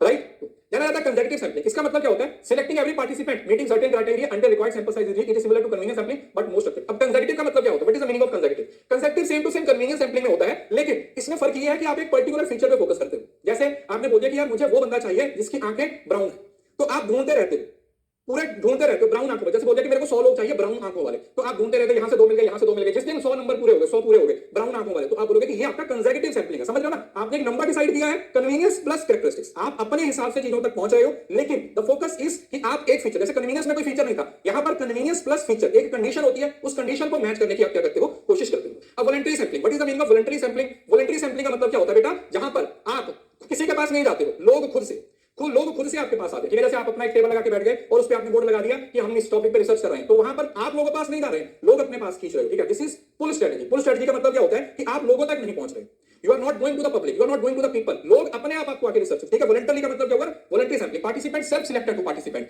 वो खुद अपने आप को सिलेक्ट करते हैं। ठीक है, 1000 लोग हैं, आपने अपना सैंपल का वो अपना बना दिया, एक अपना टेबल कुर्सी लगा के बैठ गए, उसमें से 50 लोग अपने आप आ गए आपके पास आपके सवालों का जवाब देने के लिए, उसको बोला जाता है वॉलंटरी सैंपलिंग, उसको बोला जाता है voluntary sampling. That is an open invitation. आप क्या कर रहे हो? आप लोगों को ओपनली इनवाइट करते हो। ठीक है, हाँ, जैसे ब्लड डोनेशन हो गया, ब्लड डोनेशन का कैंप लगा हुआ है, अब जो लोग ब्लड देना चाहते हैं, खून देना चाहते हैं, रक्तदान करना चाहते हैं, वो आएंगे और वो रक्तदान करेंगे, वो अपना खून देके चले जाएंगे। That's it. इसको ब्लड डोनेशन से एग्जांपल से आप क्या कर सकते हो, याद रख सकते हो। ठीक है, आप इसको इससे क्या कर सकते हो, याद रख सकते हो। अब प्रोबेबिलिटी सैंपलिंग और नॉन प्रोबेबिलिटी में अगर डिफरेंस की बात करें तो प्रोबेबिलिटी की डेफिनेशन क्या है? जहां पर हर यूनिट के सिलेक्ट होने के इक्वल चांसेस होते हैं, और नॉन प्रोबेबिलिटी जहां पर हर यूनिट के सिलेक्ट होने के इक्वल चांसेस नहीं होते हैं। सिलेक्शन प्रोसेस, प्रोबेबिलिटी में आप रैंडमली सिलेक्ट करते हो, मतलब आप अपनी मर्जी से लोगों को सिलेक्ट करते हो, आपकी जो इच्छा होती है वैसे लोगों तक पहुंचते हो आप, सॉरी रैंडमली लोगों तक पहुंचते हो, आप अपनी इच्छा से नहीं पहुंचते हो। लेकिन यहां पर नॉन रैंडम होती है, जहां पर आपको कन्वीनियंस लगता है कन्वीनियंस करते हो, जहां पर आपको कोटा की जरूरत होती है कोटा करते हो, जहां पर आप वॉलंटरी चाहते हो वॉलंटरी लोगों तक पहुंच जाते हो। उसके बाद रिप्रेजेंटेटिवनेस, तो ये यहां पर आपके पॉपुलेशन को रिप्रेजेंट करेगा। ठीक है, हम बोलते हैं ना कि जो रैंडम पॉपुलेशन होती है, जैसे अच्छा एक बात और, रैंडम सैंपलिंग क्वांटिटेटिव रिसर्च में यूज किया जाता है, और नॉन रैंडम सैंपलिंग इसको नॉन प्रोबेबिलिटी है वो क्वालिटेटिव में यूज किया जाता है। ठीक है, ये पॉइंट भी आप लोगों ने याद रखना है। क्यों? क्योंकि जब हमारे पास नंबर होता है तो लार्ज सैंपल लेते हैं, वो आपकी पॉपुलेशन को रिप्रेजेंट करता है, लेकिन यहां पर वो आपकी पॉपुलेशन को रिप्रेजेंट नहीं करता है। इस वजह से यहां पर जनरलाइजेशन है वो यहां पर पॉसिबल नहीं होती। It is not possible to generalize everything. यहां पर सारी चीजों को जनरलाइज नहीं किया जा सकता। It is very difficult, it is very difficult कि हम उन सब चीजों को जनरलाइज कर पाए। नेक्स्ट आता है बायस। अब रैंडम सिलेक्शन किया जा रहा है तो वहां पर बायसनेस का जो चांस है वो बहुत कम होता है, बहुत कम होता है कि बायसनेस है वो यहां पर आपको देखने को मिलेगी। लेकिन क्योंकि यहां पर आप अपनी मर्जी से सैंपल को सिलेक्ट कर रहे हो, you are selecting the sample as per your convenience, तो उसको बोल दिया जाता है more prone to bias as selection is not random. ठीक है, क्योंकि रैंडमली सिलेक्ट नहीं किया गया ना, जैसे मैंने बता दिया आप अपनी मर्जी से 4 लोगों को लेके आ गए, तो वो तो तुम्हारी मर्जी है ना, वो तो तुम्हारी मर्जी है। तुमने डिसाइड किया कि भैया हम ये वाले 4 लोग मुझे चाहिए, ये मुझे 4 लोग चाहिए। अगर ये 4 लोग मुझे चाहिए तो वो तुमने सिलेक्ट किया है ना, वो तुम पे डिपेंड करता है। हो सकता है वो सही होंगे भी और हो सकता है वो नहीं होंगे, इसलिए सो दैट इज कि भैया more prone to bias as selection is not random. Random होगा तो बायसनेस कम होगी। एक सिंपल रिलेशन अपनी कॉपी पे लिखो कि अगर बायसनेस है तो रैंडमनेस कम होगी, अगर रैंडमनेस ज्यादा है तो बायसनेस कम होगी। तो रैंडम और बायस का एक ऑपोजिट रिलेशन होता है, ऑपोजिट रिलेशन होता है। उसके बाद आते हैं जैसे एग्जांपल, इसमें कौन सी सिंपल रैंडम सैंपलिंग, इसको लॉटरी सैंपलिंग बोला गया था, हर यूनिट के सिलेक्ट होने के इक्वल चांसेस होते हैं। स्ट्रेटिफाइड सैंपलिंग, जिसके अंदर आप पहले ग्रुप्स को होमोजेनियस ग्रुप्स बनाते हो और उस होमोजेनियस ग्रुप में से आप चीजों को सिलेक्ट कर लेते हो। क्लस्टर के अंदर आप नेचुरल अग्रिंग ग्रुप्स होते हैं, उसकी बात कर रहे हैं। और देन आ जाता है सिस्टमैटिक सैंपलिंग। सिस्टमैटिक सैंपलिंग का मतलब क्या होता है? जहां पर पहली यूनिट जो सिलेक्ट की जाती है वो रैंडमली सिलेक्ट की जाती है, और उसके बाद जो बाकी की चीजें होती हैं वो पहली यूनिट पे डिपेंड करती हैं, वो पहली यूनिट पे डिपेंड करती हैं। और यहां पर कन्वीनियंस सैंपलिंग, जहां पर आप कन्वीनियंट के हिसाब से चीजों को डिसाइड करते हो। जजमेंटल है, जहां पर आपका एक्सपर्टीज आपकी नॉलेज है वो डिफाइन होती है। कोटा के अंदर आप नंबर्स भी डिसाइड कर लेते हो और एक कैरेक्टरिस्टिक्स को भी डिसाइड कर लेते हो। और स्नोबॉल सैंपलिंग, जिसको आप नेटवर्क सैंपलिंग बोल देते हैं, नेटवर्क सैंपलिंग के साथ आप क्या करते हो? आप चीजों को लंबे समय तक लेके चलने की कोशिश करते हो, आप लंबे समय तक चीजों को डिफाइन करने की कोशिश करते हो। उसके बाद आता है स्टैटिस्टिकल वैलिडिटी। अगर हम वैलिडिटी की बात करें, ठीक है, वैलिडिटी का मतलब मैंने आपको बताया था एक्यूरेसी। वैलिडिटी की फुल डेफिनेशन क्या होती है? It is intended to measure what it is intended to, it is measuring what it is intended to measure. मतलब ये जो इंस्ट्रूमेंट है, ये जो मेरा रिसर्च का इंस्ट्रूमेंट है, ये उसी चीज को मेजर कर रहा है जिस चीज को मेजर करने के लिए इसको बनाया गया। फिर से एग्जांपल बोलता हूं कि हम थर्मामीटर का इस्तेमाल कर रहे हैं तो उससे टेंपरेचर चेक होगा। नेक्स्ट, अगर हम थर्मामीटर के साथ साथ अगर हम बीपी की मशीन की बात करते हैं तो उससे बीपी चेक होगा। ठीक है, सिंपल सी बात है, वही सब चीजें हैं। सो that is statistical validity. Statistical validity का मतलब क्या हुआ कि वैलिडिटी कहां पर ज्यादा होगी। अब देखो जब रैंडम सैंपल सिलेक्ट किया है तो वहां पर वैलिडिटी के चांस ज्यादा होंगे। मतलब आप नॉर्मली भाषा में अगर देखो तो जो रैंडम सैंपलिंग है वो नॉन रैंडम सैंपल से बहुत ज्यादा बेहतर है। उसका रीजन यही है क्योंकि रैंडमनेस एक मेन फीचर होता है किसी भी रिसर्च का, एक्सपेरिमेंटल का। रैंडम का मतलब आपको मालूम नहीं है, कोई भी यूनिट सिलेक्ट हो सकती है, अनबायस हो सकती है। अनबायस होने का मतलब है कि आप उसमें कुछ नहीं कर रहे हो, अनबायस तरीके से आपने उस रिसर्च को, उस सैंपल को निकाला है। लेकिन जब आप अपनी मर्जी से देखो, अगर आप अच्छे रिसर्चर हो तो आपका निकाला हुआ सैंपल हो सकता है आपकी पॉपुलेशन को रिप्रेजेंट करेगा। और दूसरा, अगर आपने आप अच्छे रिसर्चर नहीं हो, अगर आपने बाकी जो सैंपल निकाला है वो आपकी पॉपुलेशन को रिप्रेजेंट नहीं कर रहा है तो डेफिनेटली उससे आपका जो कंक्लूजन है वो सही तरीके से निकल कर नहीं आएगा। सो जब हम रैंडम सैंपलिंग की बात करते हैं तो वहां पर जो स्टैटिस्टिकल वैलिडिटी होती है वो ज्यादा होती है, allowing result to be generalized to the population with measurable margin of error. मतलब एरर्स होते हैं वो बहुत कम होते हैं, एरर्स हैं वो रिड्यूस होंगे, वैलिडिटी भी ज्यादा होगी और उसके साथ साथ जो एक्यूरेसी है या फिर जो रिलायबिलिटी है, वैलिडिटी और रिलायबिलिटी दोनों ज्यादा होंगी। लेकिन दूसरी साइड पे यहां पर लोअर स्टैटिस्टिकल वैलिडिटी होगी। क्यों? क्योंकि यहां पर बायसनेस ज्यादा, यहां पर जो बायसनेस होता है वो क्या होता है बेटा, ज्यादा होता है। बायसनेस है वो यहां पर ज्यादा होगा, इस वजह से जो रिजल्ट होते हैं वो ज्यादातर पॉपुलेशन को रिप्रेजेंट नहीं करते हैं। इसका रीजन है कि हम हमेशा रैंडम सैंपलिंग को इस्तेमाल करने की कोशिश करते हैं instead of non random sampling. हम क्या इस्तेमाल करते हैं? हम रैंडम सैंपलिंग का इस्तेमाल करते हैं instead of non random sampling. Clear है जी? किसी को इस बात में कोई दिक्कत? राइट? तो बहुत एक्यूरेसी चाहिए, रिप्रेजेंटेटिवनेस चाहिए, वहां पर रैंडम सैंपलिंग। और जहां पर आप टाइम, कॉस्ट और एक्सेसिबिलिटी आपका मेन कंसर्न है वहां पर non random. It is more complex क्योंकि इसमें कॉस्ट और जो आपका टाइम है वो ज्यादा लगता है, यहाँ पर कॉस्ट और टाइम कंज्यूमिंग आपका कम होता है। तो आपका 50% रिसर्च हमने खत्म कर दिया है। उम्मीद करता हूं आपको समझ आया होगा। इसके बाद जितना भी पोर्शन है जैसे रिसर्च डिजाइन रह गया आप लोगों का, है ना, दूसरा आपका क्या बोलते हैं, बहुत सारी चीजें तो वो भी पढ़ाएंगे जो आपके सिलेबस में नहीं है। वैलिडिटी है, रिलायबिलिटी है, रिसर्च के एंड के कुछ पार्ट्स होते हैं, ठीक है, उसको नेक्स्ट सेशन के अंदर हम क्या करेंगे, कवर करेंगे। और प्लीज मैं चलो 1 मिनट वेट कर लेते हैं, सब बच्चे आ जाएं। जहां पे हमने खत्म किया था वहीं से भी शुरू करेंगे। आज हम रिसर्च डिजाइन से शुरू करेंगे, ठीक है। ये 2 क्लासेस मैंने अलॉट की हैं उसके, लेकिन ये आपका 90% पोर्शन 2 क्लासेस में बड़े आराम से खाएंगे। क्या होता है बेसिकली रिसर्च डिजाइन का मतलब क्या हुआ कि एक रिसर्च का ब्लूप्रिंट, रिसर्च करने से पहले हम एक उसका फ्रेमवर्क बनाते हैं, उसका हम ब्लूप्रिंट बनाते हैं जो हमें पूरे रिसर्च प्रोसेस में क्या करता है, गाइड करता है। That is research design is a framework और blueprint that guides the research process. वो आपकी रिसर्च प्रोसेस को गाइड करेगा। It outline how data will be collected, analysed and interpreted to answer research question. और ये आपको बताता है कि कौन सा सैंपलिंग मेथड यूज करने वाले हो, कैसे आप डेटा कलेक्ट करने वाले हो, किस तरीके से डेटा का एनालिसिस करने वाले हो, ये सारी चीजें रिसर्च डिजाइन में होती हैं। अब ऑब्जेक्टिव क्या होता है बेटा, देखो अगर आप किसी चीज को प्लान करते हो, है ना, जब आप किसी चीज को प्लान करते हो तो प्लानिंग के बाद चीजों को इंप्लीमेंट करना आसान हो जाता है। तो वही इसका मेन ऑब्जेक्टिव होता है कि हम इसको प्लान करते हैं, बनाने में हेल्प करते हैं ताकि हमारी जो आगे की रिसर्च है, जो हम आगे करने वाले हैं, उसमें हमें हेल्प मिले। So the purpose of research design is to ensure that data collection and analysis are accurate, consistent and effective in answering research question and achieving study objective. कि जो भी हमारी रिसर्च का ऑब्जेक्टिव है, जो भी हमारी रिसर्च की थीम है, हम उसको फॉलो करें और रिसर्च का जो डिजाइन है वो हमें हर स्टेप पे गाइड करे कि आपको कोई काम किस तरीके से करना है, how you are going to do, आप किसी काम को किस तरीके से करने वाले हो। ये सब चीजें किससे डिसाइड होंगी, ये सब चीजें रिसर्च डिजाइन से ही डिसाइड। इंपॉर्टेंस है रिसर्च का डिजाइन है वो इंश्योर करता है कि आपकी रिसर्च में वैलिडिटी हो, मतलब एक्यूरेसी हो, रिलायबिलिटी का मतलब कंसिस्टेंसी, और जनरलाइजेबिलिटी मैंने आपको बताया था किसी चीज को ज्यादा लोगों पे अप्लाई करना, उसको क्या बोला जाता है, जनरलाइजेशन, जनरलाइज करना है। तो ये सब चीजें पॉसिबल होंगी अगर हमारा रिसर्च डिजाइन सही होगा। अब रिसर्च डिजाइन की जो टाइप्स है सेम वही है जो आपने रिसर्च की टाइप्स पढ़ी थी। पीडीएफ मिलेगा, कंबाइंड क्लास खत्म हो जाए, मतलब पूरा टॉपिक खत्म हो जाए। पहले मैंने सोचा था जितना पढ़ा दिया वो डाल दूंगा, लेकिन फिर वो आधा अधूरा आपके लिए भी किसी काम का नहीं है। तो जब यूनिट खत्म हो जाए करेगी तब एक साथ अपलोड कर देंगे, ठीक है। आज अपलोड कर दूंगा रिसर्च की। तो पहले जैसे एक्सप्लोरेटरी रिसर्च डिजाइन, अब जैसे एक्सप्लोरेटरी रिसर्च का मतलब जो था वही एक्सप्लोरेटरी रिसर्च डिजाइन का मतलब होता है। एक्सप्लोरेटरी रिसर्च डिजाइन का मतलब क्या हुआ बेटा, when you try to explore new things, किसी चीज के बारे में जब आपको कोई बिल्कुल नई नॉलेज नहीं है, ठीक है, आप स्टार्टिंग में उस चीज के बारे में नॉलेज लेने की कोशिश कर रहे हो, आप स्टार्टिंग में उस चीज से कुछ अंडरस्टैंड करने की कोशिश करते हो, एक्सप्लोर करने की कोशिश कर रहे हो।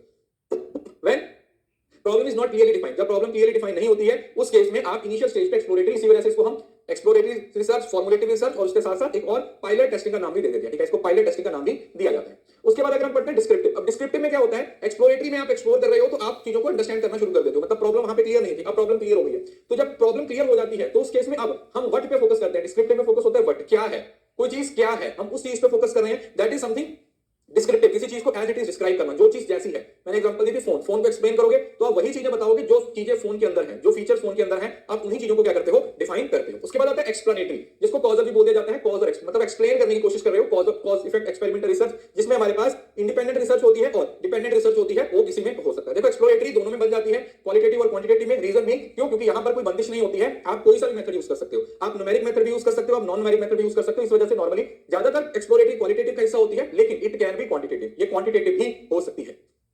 देखा जाता है एक्सपेरिमेंटल रिसर्च, ठीक है, ये दोनों सेम ही है, जहां पर आप एक वेरिएबल को कॉजल रिसर्च भी बोल दिया जाता है, एक्सपेरिमेंटल रिसर्च भी बोल दिया जाता है, साइंटिफिक रिसर्च भी बोल दिया जाता है ना। इन सभी का एक ही नाम होता है, जिसका मेन उद्देश्य यही होता है, इंडिपेंडेंट वेरिएबल को मैनिपुलेट करेंगे, उस मैनिपुलेशन का डिपेंडेंट वेरिएबल पे क्या असर होगा। इंडिपेंडेंट वेरिएबल को मैनिपुलेट करेंगे, उस मैनिपुलेशन का डिपेंडेंट वेरिएबल पे क्या असर होगा, और उस मैनिपुलेशन के बाद हम इंडिपेंडेंट वेरिएबल से डिपेंडेंट वेरिएबल की तरफ जाते हैं। इंडिपेंडेंट वेरिएबल को मैनिपुलेट किया जाता है, और जो डिपेंडेंट वेरिएबल होता है उसको क्या किया जाता है, उसको बेटा मेजर किया जाता है, ठीक है, कि उसके अंदर कितने चेंजेस हैं वो हमें देखने को मिल रहे हैं। उसके बाद आता है कोरिलेशन। कोरिलेशन भी मैंने आपको बता दिया था। कोरिलेशन कॉज और इफेक्ट से थोड़ा अलग होता है, क्योंकि कॉजल रिसर्च में बेसिकली क्या होता है, कॉजल रिसर्च में कॉजल रिसर्च में आपको मालूम होता है कौन सा वेरिएबल डिपेंडेंट है और कौन सा इंडिपेंडेंट है। आप एक वेरिएबल को चेंज करते हो, उसका असर दूसरे वेरिएबल पे देखने को मिलता है। लेकिन जब हम कोरिलेशन की बात करते हैं तो आप दोनों वेरिएबल्स को एक साथ स्टडी करते हो। क्या करते हो, आप दोनों वेरिएबल्स को एक साथ स्टडी करते हो, और आपको मालूम नहीं होता कौन सा वेरिएबल डिपेंडेंट है और कौन सा इंडिपेंडेंट है। उसमें सिर्फ आप डायरेक्शन देखते हो, एक बढ़ रहा है दूसरा कम हो रहा है, नेगेटिव वेरिएबल दोनों बढ़ रहे हैं या दोनों कम हो रहे हैं, तो पॉजिटिव कोरिलेशन हो जाता है, ठीक है, तो वो हमने कल भी क्लास में पढ़ा।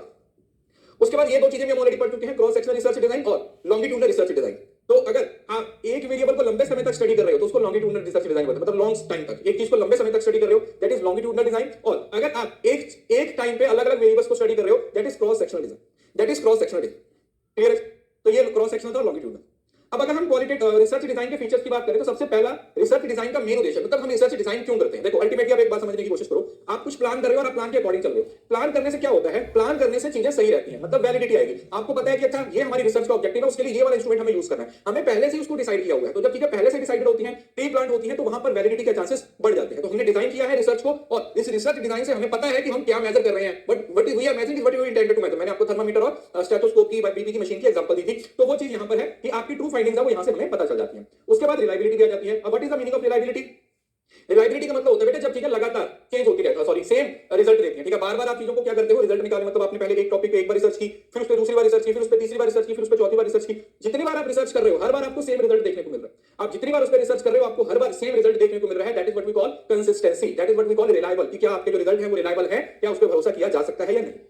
जाना जाता है जनरलाइजेबिलिटी। जनरलाइजेबिलिटी का मतलब क्या होता है कि आप एक छोटी जगह से निकाली हुई इंफॉर्मेशन को क्या बड़े पॉपुलेशन पे अप्लाई कर सकते हो या नहीं कर सकते हो। दैट मींस जैसे न्यूटन वाली एग्जांपल, उसने ऊपर से सेब को गिरते हुए देखा और फिर उसके पैटर्न्स को ढूंढा कि अच्छा यहां पर भी ये, यहां पर भी ये, यहां पर भी ये, और उसके बाद फिर उसने लास्ट में क्या कर दिया, थ्योरी बना दी। उस थ्योरी को क्या बोल दिया कि हाँ भैया यहां पर रिजल्ट निकल के आ रहा है, जिस रिजल्ट के बेसिस पे आप बोल सकते हो कि यहां पर हम इसको पूरी दुनिया पे जनरलाइज कर सकते हैं, पूरे वर्ल्ड पे अप्लाई कर सकते हैं थ्योरी ऑफ ग्रेविटी को। तो वो हो जाता है आपका जनरलाइजेबिलिटी। Ethical consideration. अब एथिकल कंसीडरेशन का मतलब क्या है, रिसर्च में टॉपिक होता है रिसर्च एथिक्स। रिसर्च एथिक्स का मतलब क्या होता है, एथिक्स का मतलब ये होता है बेटा जब आपको मालूम है कि जो आप काम कर रहे हो वो सही है या गलत है, इज इट राइट और रॉन्ग, कोई चीज सही है या कोई चीज गलत है, जब आपको इसकी नॉलेज होती है तो वो एथिक्स होती है। उसी तरीके से रिसर्च में भी एथिक्स होते हैं।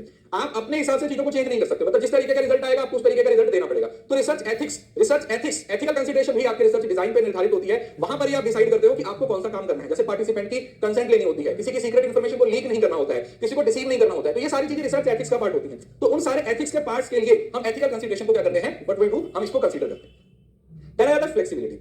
फ्लेक्सिबिलिटी का मतलब क्या होता है, देखो दो चीजें होती हैं, रिसर्च डिजाइन का फिक्स होना भी इंपॉर्टेंट है, रिसर्च डिजाइन का फ्लेक्सिबल होना भी इंपॉर्टेंट है। अब उसका मीनिंग क्या है समझने की कोशिश करो। देखो आप जब रिसर्च करते हो ना तो आप बहुत ज्यादा फ्लेक्सिबल डिजाइन यूज कर सकते हो और ना ही ज्यादा फिक्स डिजाइन यूज कर सकते हो। उसका रीजन क्या है, उसका रीजन ये है कि आपको एक कॉम्बिनेशन यूज करना पड़ेगा। दैट मींस कि आप बार बार चेंज भी ना करते रहे, मतलब कुछ चीजें फिक्स रहनी चाहिए और कुछ चीजें ऐसी भी होनी चाहिए जिनको आप अकॉर्डिंग टू नीड, जिस तरीके का सिचुएशन है उसके अकॉर्डिंग चेंज भी कर सको। ऐसा नहीं है कि बस चले जा रहे हो, बस ये फिक्स कर दिया तो सब कुछ ना, या लगातार चेंज किए जा रहे हैं। तो दोनों का एक ऐसे कॉम्बिनेशन लेके चला है कि जहां पर आपको चीजों को फिक्स रखना है वहां पे फिक्स रखेंगे, और जहां पर आपको महसूस होता है, जहां पर आपको लगता है कि नहीं यहां पर हमें थोड़ी मॉडिफिकेशन की जरूरत है, यहां पर हमें चेंज करने की जरूरत है, तो वहां पर आप उसको चेंज भी करना। तो फ्लेक्सिबिलिटी का कांसेप्ट यही है कि आप अपने रिसर्च को डिजाइन को ऐसे एकदम से रिजेक्ट नहीं कर सकते कि नहीं भैया सिचुएशन चेंज हो रही है हम तो चेंज नहीं होंगे, फिर रिसर्च नहीं कर पाओगे। तो दोनों का कॉम्बिनेशन लेके चलना है। और ऑब्जेक्टिविटी तो सेम वही है कि आप ऑब्जेक्टिव रहते हो अपनी रिसर्च में, आप अनबाइस्ड रहते हो, आप बायसनेस को रिमूव करने की कोशिश करते हो। आपका मेन उद्देश्य यही होता है कि हमारी रिसर्च में जो रिजल्ट हमारे पास निकल के आ रहे हैं उन रिजल्ट्स पे हम रिलाई कर सके, उन रिजल्ट्स को हम सही साबित कर सके, उन रिजल्ट के बेसिस पे हमारे पास जो भी डेटा निकल के आता है वो हमें एक्यूरेट रिजल्ट दे, वो चाहे फिर हमारे फेवर में हो या ना, उससे कोई फर्क नहीं पड़ता, वो हमारे अगेंस्ट भी हो सकते हैं। हमारा ऑब्जेक्ट जो हाइपोथेसिस है वो एक्सेप्ट भी हो सकता है, रिजेक्ट भी हो सकता है, that is not the concern. The point is कि आप जो रिसर्च कर रहे हो वो सही तरीके से होनी चाहिए, वो उसको हम क्या बोलते हैं, ऑब्जेक्टिविटी। ठीक है, ये पॉइंट पहले भी कई बार आ चुके हैं। अब आता है मेन टॉपिक आपका रिलायबिलिटी एंड वैलिडिटी। अब इसको बहुत ध्यान से समझिएगा, रिलायबिलिटी और वैलिडिटी और इनके टाइप्स। एक सवाल आपको यहां से हमेशा देखने को मिलता है, तो मैं बहुत अच्छे से इसका कंटेंट लेके आया हूं आपके लिए ताकि आपको सारी चीजें समझ आए। वैलिडिटी और रिलायबिलिटी में बेसिक डिफरेंस क्या है? वैलिडिटी का मतलब होता है एक्यूरेसी और रिलायबिलिटी का मतलब होता है कंसिस्टेंसी। वैलिडिटी का मतलब हुआ कि जो चीज जिस पर्पस के लिए बनाई है क्या वो वही पर्पस को सॉल्व कर रही है या नहीं। आप अपने घर में पेन लेके आए हो तो इस पेन से अगर लिख रहे हो तो वो वैलिड है, लेकिन वही पेन लड़ाई में अपनी बहन की गर्दन में ठूस दिया तो गलत हो जाएगा, तो फिर वो क्या बन जाएगा? वो हथियार बन जाएगा। That is not valid. Valid का मतलब क्या होगा कि आप अपने रिसर्च इंस्ट्रूमेंट्स जिस पर्पस के लिए यूज करना चाहते हो अगर उसी पर्पस के लिए यूज किए जा रहे हैं तो हम क्या बोल देते हैं कि ये वैलिड है। अगर वो किसी और पर्पस के लिए यूज किया जा रहा है तो वो वैलिड नहीं। और दूसरी साइड पे reliability. What is the meaning of reliability? Reliability का मतलब है कि तुमने एक बार रिसर्च की, तुम्हारे पास कुछ रिजल्ट निकल के आया, तो ऐसा तो नहीं है कि वो बाय चांस आ गया, तुम्हारी किस्मत अच्छी थी, है ना, तो तुम दोबारा उस पर रिसर्च करो, दूसरी बार करो, तीसरी बार करो, चौथी बार करो, पांचवी बार करो। अगर लगातार रिजल्ट एक ही जैसे आ रहे हैं, अगर लगातार रिजल्ट एक ही जैसे आ रहे हैं तो हम बोल सकते हैं कि ये रिलायबल डेटा है, इस पर भरोसा किया जा सकता है, दिस इज रिलायबल। क्लियर है जी? So validity refers to accuracy. तो ये accuracy of test, whether it measure what is intended to measure, कि जिस पर्पस के लिए हम लेके आए हैं तो क्या उस पर्पस को फॉलो किया जा रहा है या नहीं किया जा रहा। दूसरा reliability refers to consistency, whether it procedure stable and consistent result, कि बार-बार अगर आप उसको यूज कर रहे हो तो क्या वो सेम रिजल्ट आपको दे रहा है या नहीं दे रहा, either you are getting the same result और नॉट। ठीक है? वैधता किसी परीक्षण या माप की सटीकता से संदर्भ करती है, क्या क्या ये वही मापता है जिसे मापने का इरादा है। ठीक है, हिंदी में भी पढ़ देता हूं। और विश्वसनीयता का मतलब क्या होता है? किसी परीक्षण या माप की संगति को संदर्भ करता है कि क्या वह समय के साथ स्थिर और सुसंगत परिणाम उत्पन्न करता है या नहीं। ठीक है, सिंपल। दूसरा फोकस। अब वैलिडिटी का फोकस है, validity focus on how accurately the test measure the intended variable, जिस वेरिएबल को आप मेजर करने वाले हो उसको मेजर कर रहे हो या नहीं कर रहे हो, सिंपल। दूसरा reliability focus on how consistently the test produce the same result under similar condition. ठीक है, जैसे क्लास में एक बच्चा है, मैथ के टीचर ने उससे मैथ का टेस्ट लिया, उसके 100 में से 90 नंबर आए। कॉलेज में 4 मैथ के टीचर है तो बाकी को लगा कि सच में ये बच्चा पढ़ता है, तो सारे टीचर्स को बोल दिया कि आप अपना अपना टेस्ट बनाओ, तो सारे टीचर्स ने अपना अपना टेस्ट बनाया, उसके 4 टेस्ट हुए, हर बार उसके नंबर 90 92 90 92 90 92, तो इसका मतलब है बच्चा एक्चुअली में इंटेलिजेंट है, तो हम बोल सकते हैं कि इसके रिजल्ट है वो रिलायबल है। ठीक है, समझ आएगा? इसको रिलायबिलिटी बोल दिया जाता है। दूसरा purpose, ensure that findings are meaningful and relevant to research question. That means अगर वैलिड है तो आप बोल सकते हो कि आप उस पर भरोसा कर सकते हो, उसमें कुछ गलत नहीं है, वो अनवाइज होते हैं, लेकिन यहां पर होते हैं are dependent and producible, dependable and reproducible over time. क्या बोलते हैं? रिलायबिलिटी का पर्पस यही होता है जिसके अंदर हम ये देखते हैं कि चीजों को बार-बार, मतलब आप उसको बार-बार रिप्रोड्यूस भी करोगे ना, अगर रिजल्ट बार-बार निकालने की कोशिश करोगे तब भी आपके पास सेम रिजल्ट आएंगे, तब भी रिजल्ट्स में कुछ चेंज नहीं होगा। स्टक हो गया क्या? मैं रिफ्रेश कर देता हूं, रिफ्रेश कर दे रहा हूं, अभी चल गया?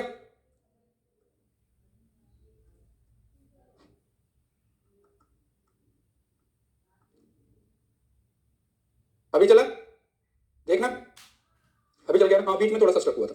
ठीक है, तो पर्पस, इसका पर्पस यही होता है कि हम ये देखते हैं कि जो हमारी फाइंडिंग्स है क्या वो मीनिंगफुल है, क्या वो वैलिड है, और इसका पर्पस यही होता है हम ये देखते हैं कि अगर हम लंबे समय तक, हम बाद में भी उसको चेक करना चाहते हैं तो क्या उस पर भरोसा किया जा सकता है या नहीं, आइदर इट इज, क्या ये भरोसे के लायक है या नहीं, और क्या दोबारा रिजल्ट्स को रिप्रोड्यूस किया जा सकता है या नहीं, वो चीज किसमें चेक की जाती है? वो यहां पर चेक की जाती है। ठीक है बेटा, नेक्स्ट टाइप। वैलिडिटी में हमारे पास कंटेंट वैलिडिटी, कंस्ट्रक्ट वैलिडिटी है, हम आगे पढ़ेंगे। ठीक है, सारी वैलिडिटी की टाइप्स, उसी तरीके से रिलायबिलिटी, टेस्ट रीटेस्ट होती है, इंटरेटर होती है, पैरेलल फॉर्म होती है और इंटरनल कंसिस्ट। ठीक है, ये टाइप्स आगे पढ़ेंगे।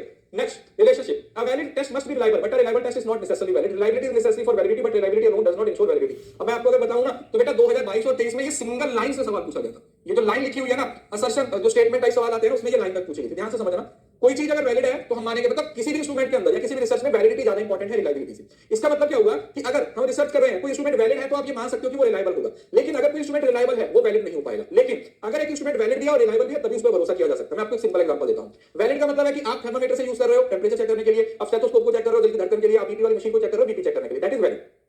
रिलायबिलिटी वैलिडिटी की तरफ क्यों नहीं चलती है? उसका रीजन है कि रिलायबिलिटी में गलत रिजल्ट भी आ सकते हैं। जैसे कोई बच्चा बोले कि सर मुझे पिछले 5 साल से मैं नेट का पेपर दे रहा हूं, 10 बार मैंने रिजल्ट पेपर दे दिया, हर बार सर मेरे 35% नंबर आते हैं, देखो मैं कितना रिलायबल हूं, देखो सर मैं कितना कंसिस्टेंट हूं, हर बार मेरे 35% नंबर आ रहे हैं। ठीक है भैया, फेल तो हो रहे हैं ना, तो उसकी फेलियर की कंसिस्टेंसी है, तो वैलिडिटी तो नहीं बोल सकते। या तो बोले कि सर पिछले 5 साल से लगातार मैं पास हो रहा हूं, तो वैलिड है, लेकिन वो इस चीज को कितनी खुशी से बता रहा है कि सर हर बार 35% नंबर आ रहे हैं, तो रिलायबल तो है, बिल्कुल है भाई, कंसिस्टेंसी तो है, कंसिस्टेंसी तो है, लेकिन वो रिजल्ट को सही नहीं बोल सकते, वो वैलिड नहीं बोल सकते। समझ रहे हो ना? इस वजह से जो वैलिडिटी है वो रिलायबिलिटी को लीड करेगी, लेकिन कोई चीज रिलायबल है तो वो वैलिड होगी, इसके बारे में आप कभी श्योर नहीं हो सकते। ठीक है, तो ये एक एग्जांपल आप लोगों ने क्या करना है बेटा, याद रखना। Example, if a test measure intelligence accurately is valid, simple. अगर एक थर्मामीटर आपका टेंपरेचर चेक कर रहा है तो वो वैलिड है। और if a test reproduce consistent result in multiple trial it is valid. अगर आपने कोई इंस्ट्रूमेंट बनाया है, उसने अभी इस चीज को मेजर किया, सेम रिजल्ट आया, दूसरी बार, तीसरी बार, चौथी बार, पांचवी बार, 10 बार उसने चेक किया है, तो हम बोलेंगे कि हां भैया रिजल्ट सही आ रहे हैं, तो इस पे भरोसा किया जा सकता है, this is valid, sorry reliable. ठीक है, तो ये इसका बेसिक डिफरेंस होता है। अब आता है टाइप्स, ध्यान से समझना। पहले मैं आपको रिलायबिलिटी की टाइप्स पढ़ाऊंगा। देखो रिलायबिलिटी का मतलब क्या होगा कि रिजल्ट रिलायबल है, मतलब जो रिजल्ट अभी आया है वो बाद में भी आएगा। तो ये हो सकता है कि आप ही उसको दोबारा टेस्ट कर रहे हो, या हो सकता है कि दूसरा बंदा उसको दोबारा टेस्ट कर रहा हो। जैसे सबसे पहला है test retest reliability. What is the meaning of test retest? पहले आपने उसको टेस्ट किया, फिर आपने उसको रीटेस्ट किया, मतलब आपने बच्चों का आज पेपर लिया और आज से 2 महीने बाद पेपर लिया, आप ही ने लिया, तो दैट इज टेस्ट रीटेस्ट। अभी देखा सेम नंबर है, बाद में देखा सेम नंबर है, तो मतलब भरोसा किया जा सकता है। That means consistency over the time by administrating the same test to the same subject at two different time, high reliability indicate stable over result. ठीक है, जैसे बच्चा पहले एमएसटी में भी 100 में से 80 नंबर लेके आया, दूसरे एमएसटी में भी 100 में से 80 नंबर लेके आया, तीसरे में भी 100 में से 80 है, तो दैट इज टेस्ट रीटेस्ट, कि बार-बार उसका टेस्ट लिया जा रहा है लेकिन वो अच्छा रिजल्ट लेके आ रहा है। जैसे मैथ टेस्ट में taken students at two different days show similar results in the each time, तो उसको बोला जाता है टेस्ट रीटेस्ट। ठीक है, टेस्ट रीटेस्ट रिलायबिलिटी मतलब दो टाइम डिफरेंट टाइम टेस्ट को ही रीटेस्ट किया जा रहा है, टेस्ट को ही क्या किया जा रहा है बेटा, रीटेस्ट किया जा रहा है, तो that is test retest reliability. अब दूसरा हो सकता है इंटर-रेटर। इंटर का मतलब क्या होता है, जब हम एक से ज्यादा अंकों की बात करते हैं, मतलब अभी मैंने स्टूडेंट का टेस्ट लिया, उसके 80 नंबर आए, तो अब हम बोलेंगे दूसरे टीचर को कि अब आप टेस्ट लो, तो इंटर-रेटर मतलब जब दो अलग-अलग रेटर एक अलग-अलग रेटर क्या करते हैं, उस बंदे की रेटिंग करते हैं, like assess agreement between different rater observing the same event. High reliability means multiple rater provide similar rating for the same observation, like different जज rates the gymnast performance and given similar score. मतलब simple सी बात है, जैसे जो जज होते हैं, ठीक है, कोई डिबेट का कंपटीशन चल रहा है, कोई डांस डांस है, तो वहां पर जब सपोज करो एक बच्चे ने बहुत अच्छी परफॉर्मेंस दी, सारे जजेस ने उसको 10-10 नंबर दिए, तो हम इसको बोलते हैं इंटर-रेटर रिलायबिलिटी, कि यार सभी जजेस ने 10-10 नंबर दिए हैं, तो इसका मतलब है कि उसकी परफॉर्मेंस सच में बेहतर थी। ठीक है, उसको इंटर-रेटर। अब उसको बोलते हैं, एक बोलते हैं parallel form, measuring consistency between two versions of a test intended to access the same concept, like two versions of reading test are given to students and score are nearly indicated। तो इसमें क्या हो सकता है कि आप parallel form का मतलब होता है कि दो फॉर्म टेस्ट की दो तरीके बना दिए जाते हैं, जैसे मल्टीपल चॉइस बना दिया, ट्रू फॉल्स बना दिया। ठीक है, एक टेस्ट है मल्टीपल बना दिया, दूसरा टेस्ट ट्रू फॉल्स और सेम कंटेंट दिया और देखा जो रिजल्ट मल्टीपल पे आया वही ट्रू फॉल्स पे आया, तो इसको बोल दिया जाता है parallel form. Like two version of reading test. ठीक है, रीडिंग टेस्ट का हो सकता है कि आपको ऑनलाइन रीडिंग का टेस्ट दे दिया जाए, साथ में ऑफलाइन रीडिंग का टेस्ट दे दिया जाए, तो टेस्ट तो एक ही है, उसकी दो फॉर्म बना दिए, तो वहां पर भी बच्चों का सेम रिजल्ट निकल के आया, तो हम क्या बोलते हैं उसको parallel form reliability. That is two version of a reading test are given to students and score are nearly identical. तो आप उस पर भी क्या कर सकते हो, भरोसा कर सकते हो कि हाँ भैया ये बात बिल्कुल सही है, इस पे एकदम से क्या किया जा सकता है, ट्रस्ट किया जा सकता है, इस पे एकदम से भरोसा किया जा सकता है।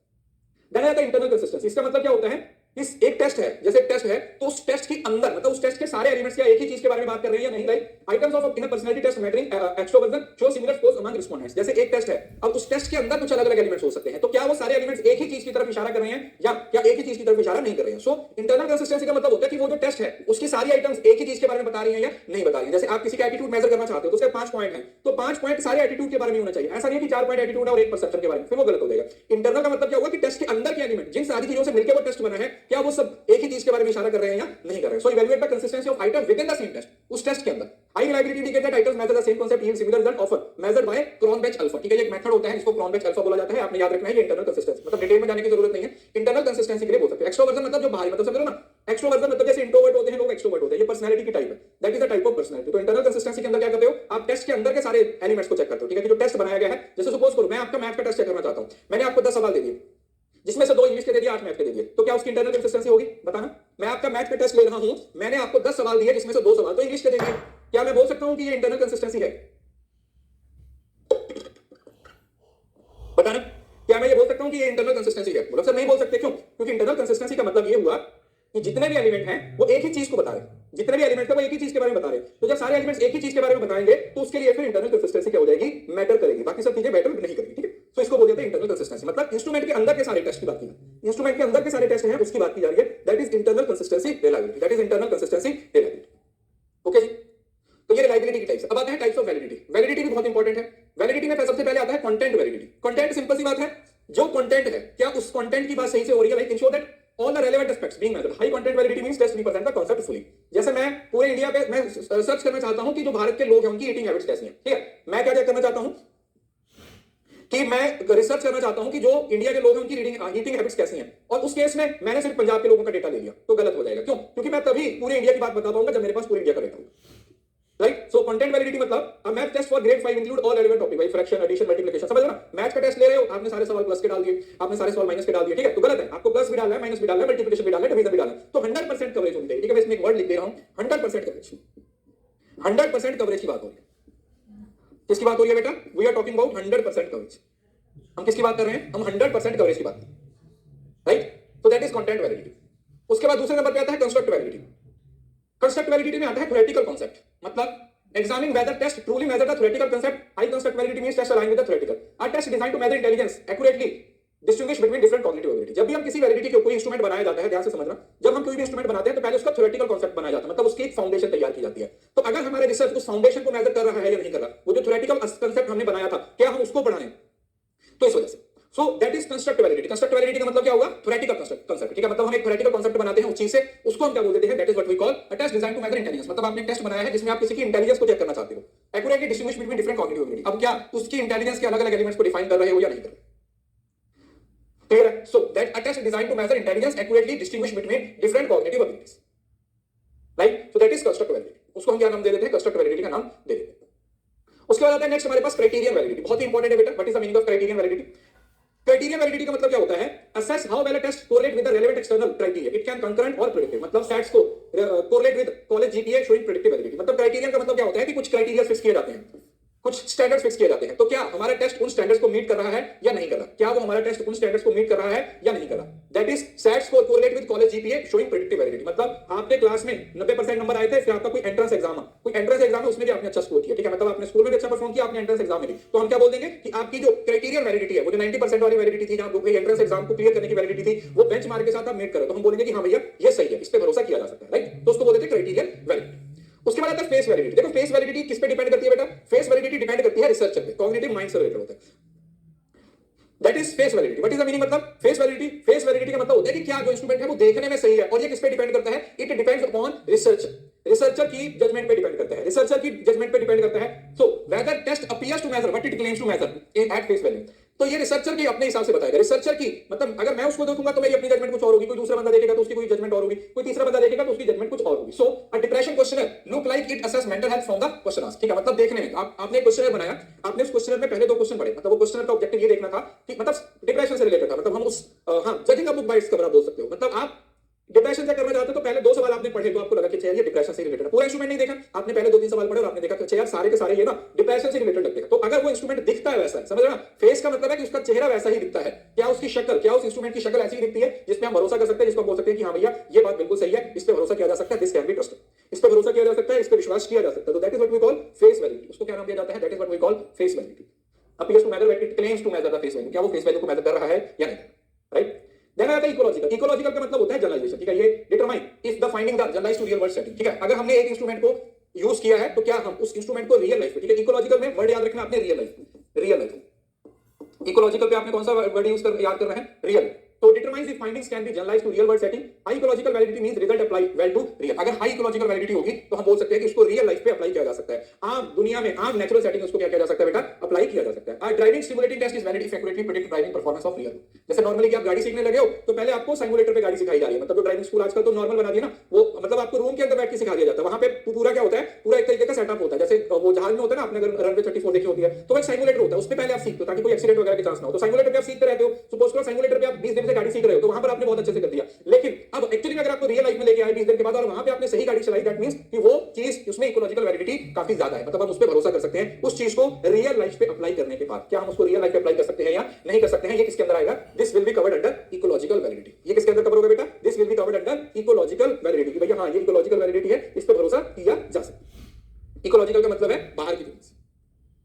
जो एक्सटर्नल वैलिडिटी होती है वो ये होता है, उसके अंदर रियल लाइफ हो जरूरी नहीं हो, उसको जनरलाइजेशन के साथ। एक्सटर्नल वैलिडिटी का मतलब जनरलाइजेशन होता है। इकोलॉजिकल ये एक्सटर्नल की एक टाइप है, लेकिन इसमें रियल लाइफ की बात की जाती है, समझ रहे हो? Ecological validity is a type of external validity, लेकिन फर्क क्या है? एक्सटर्नल वैलिडिटी किसी भी तरीके की हो सकती है, लेकिन इकोलॉजिकल के लिए रियल लाइफ सिचुएशंस का होना जरूरी है।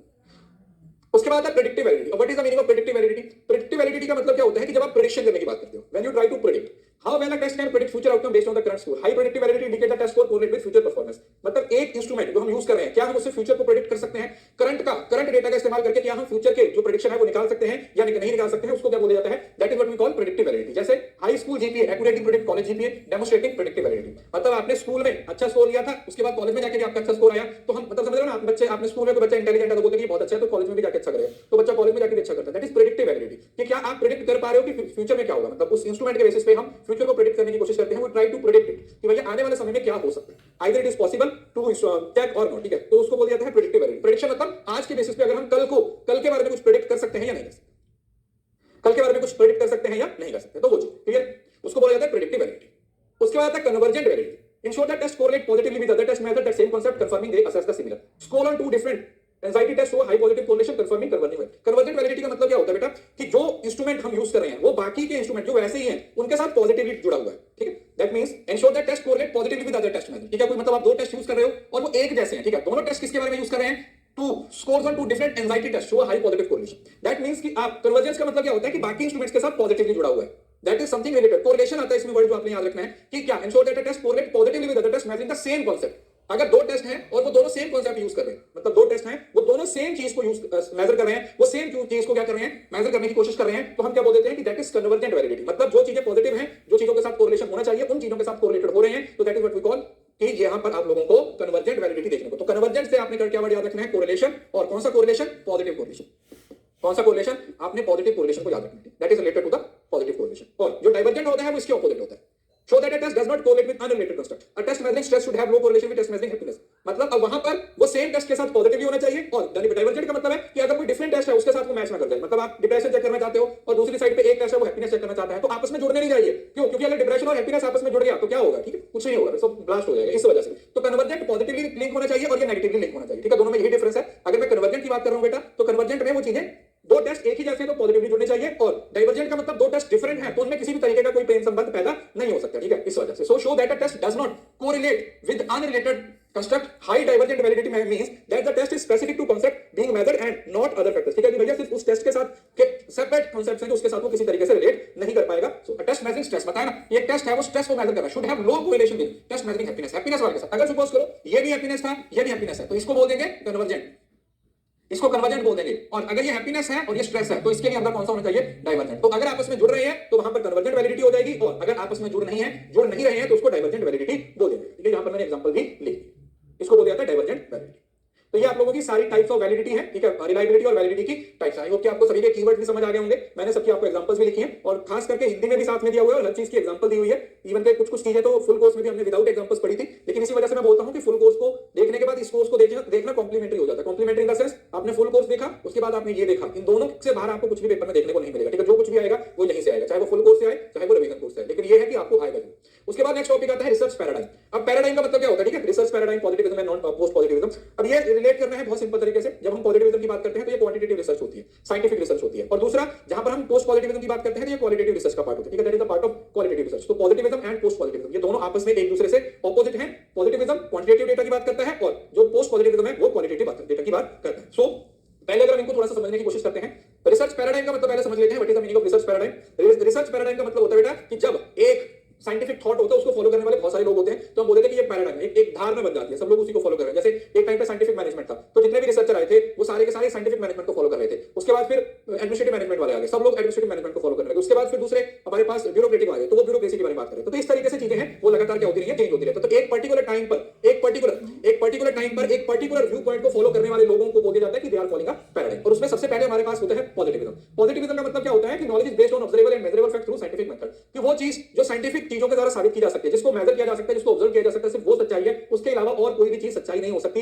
उसके अलावा हम और किसी चीज पे भरोसा नहीं कर सकते। समझ आया क्या बोल रहा है पॉजिटिविज्म, क्या बोल रहा है बेटा, it is a philosophical approach that assets the knowledge is based on the observable and measurable. अब ऑब्जर्व और मेजर कहां पे कर सकते हैं, ऑब्जर्व और मेजर सिर्फ और सिर्फ साइंटिफिक व्यू पॉइंट नहीं कर सकते हैं कि अच्छा यार साइंटिफिक तरीके से अगर चीजें काम करेंगी तो मतलब ये बोलते हैं कि अगर तुम किसी चीज को साइंस के थ्रू साबित कर सकते हो, अगर तुम किसी चीज को साइंस के थ्रू साबित कर सकते हो तो वो सही है, और अगर किसी चीज को तुम साइंस के थ्रू साबित नहीं कर सकते हो तो वो गलत है, राइट। इस वजह से तो इसका कोर बिलीफ क्या है पॉजिटिविज्म का, सबसे पहले ऑब्जेक्टिव है, knowledge should be objective and free from personal bias. अब जो चीज साइंटिफिक है उसके अंदर तुम्हारी पर्सनल ऑब्जर्वेशन नहीं आ सकती, तो पर्सनल ऑब्जर्वेशन को साइड पे रखो। दूसरा एम्पिरिसिज्म, एक्सपीरियंस एंड ऑब्जर्वेशन, ठीक है। एम्पिरिसिज्म का मतलब क्या होता है कि आप जो नॉलेज है वो आपके एक्सपीरियंस पे और आपके ऑब्जर्वेशन पे, आपकी मेजरमेंट पे डिपेंड करती है। तीसरा क्वांटिफिकेशन, और डेटा मैंने बता दिया था थोड़ा सा भी आपको कि ये क्वांटिटेटिव डेटा की बात करते हैं, क्योंकि जहां पर क्वांटिटी की बात होती है बेटा वहीं पर आप मेजरमेंट कर सकते हो, अगर क्वांटिटेटिव नहीं है तो वहां पर मेजर नहीं किया जा सकता। So that is related to the positivism. अब इसमें एपिस्टेमोलॉजी, एपिस्टेमोलॉजी का मतलब क्या होता है, नॉलेज की स्टडी।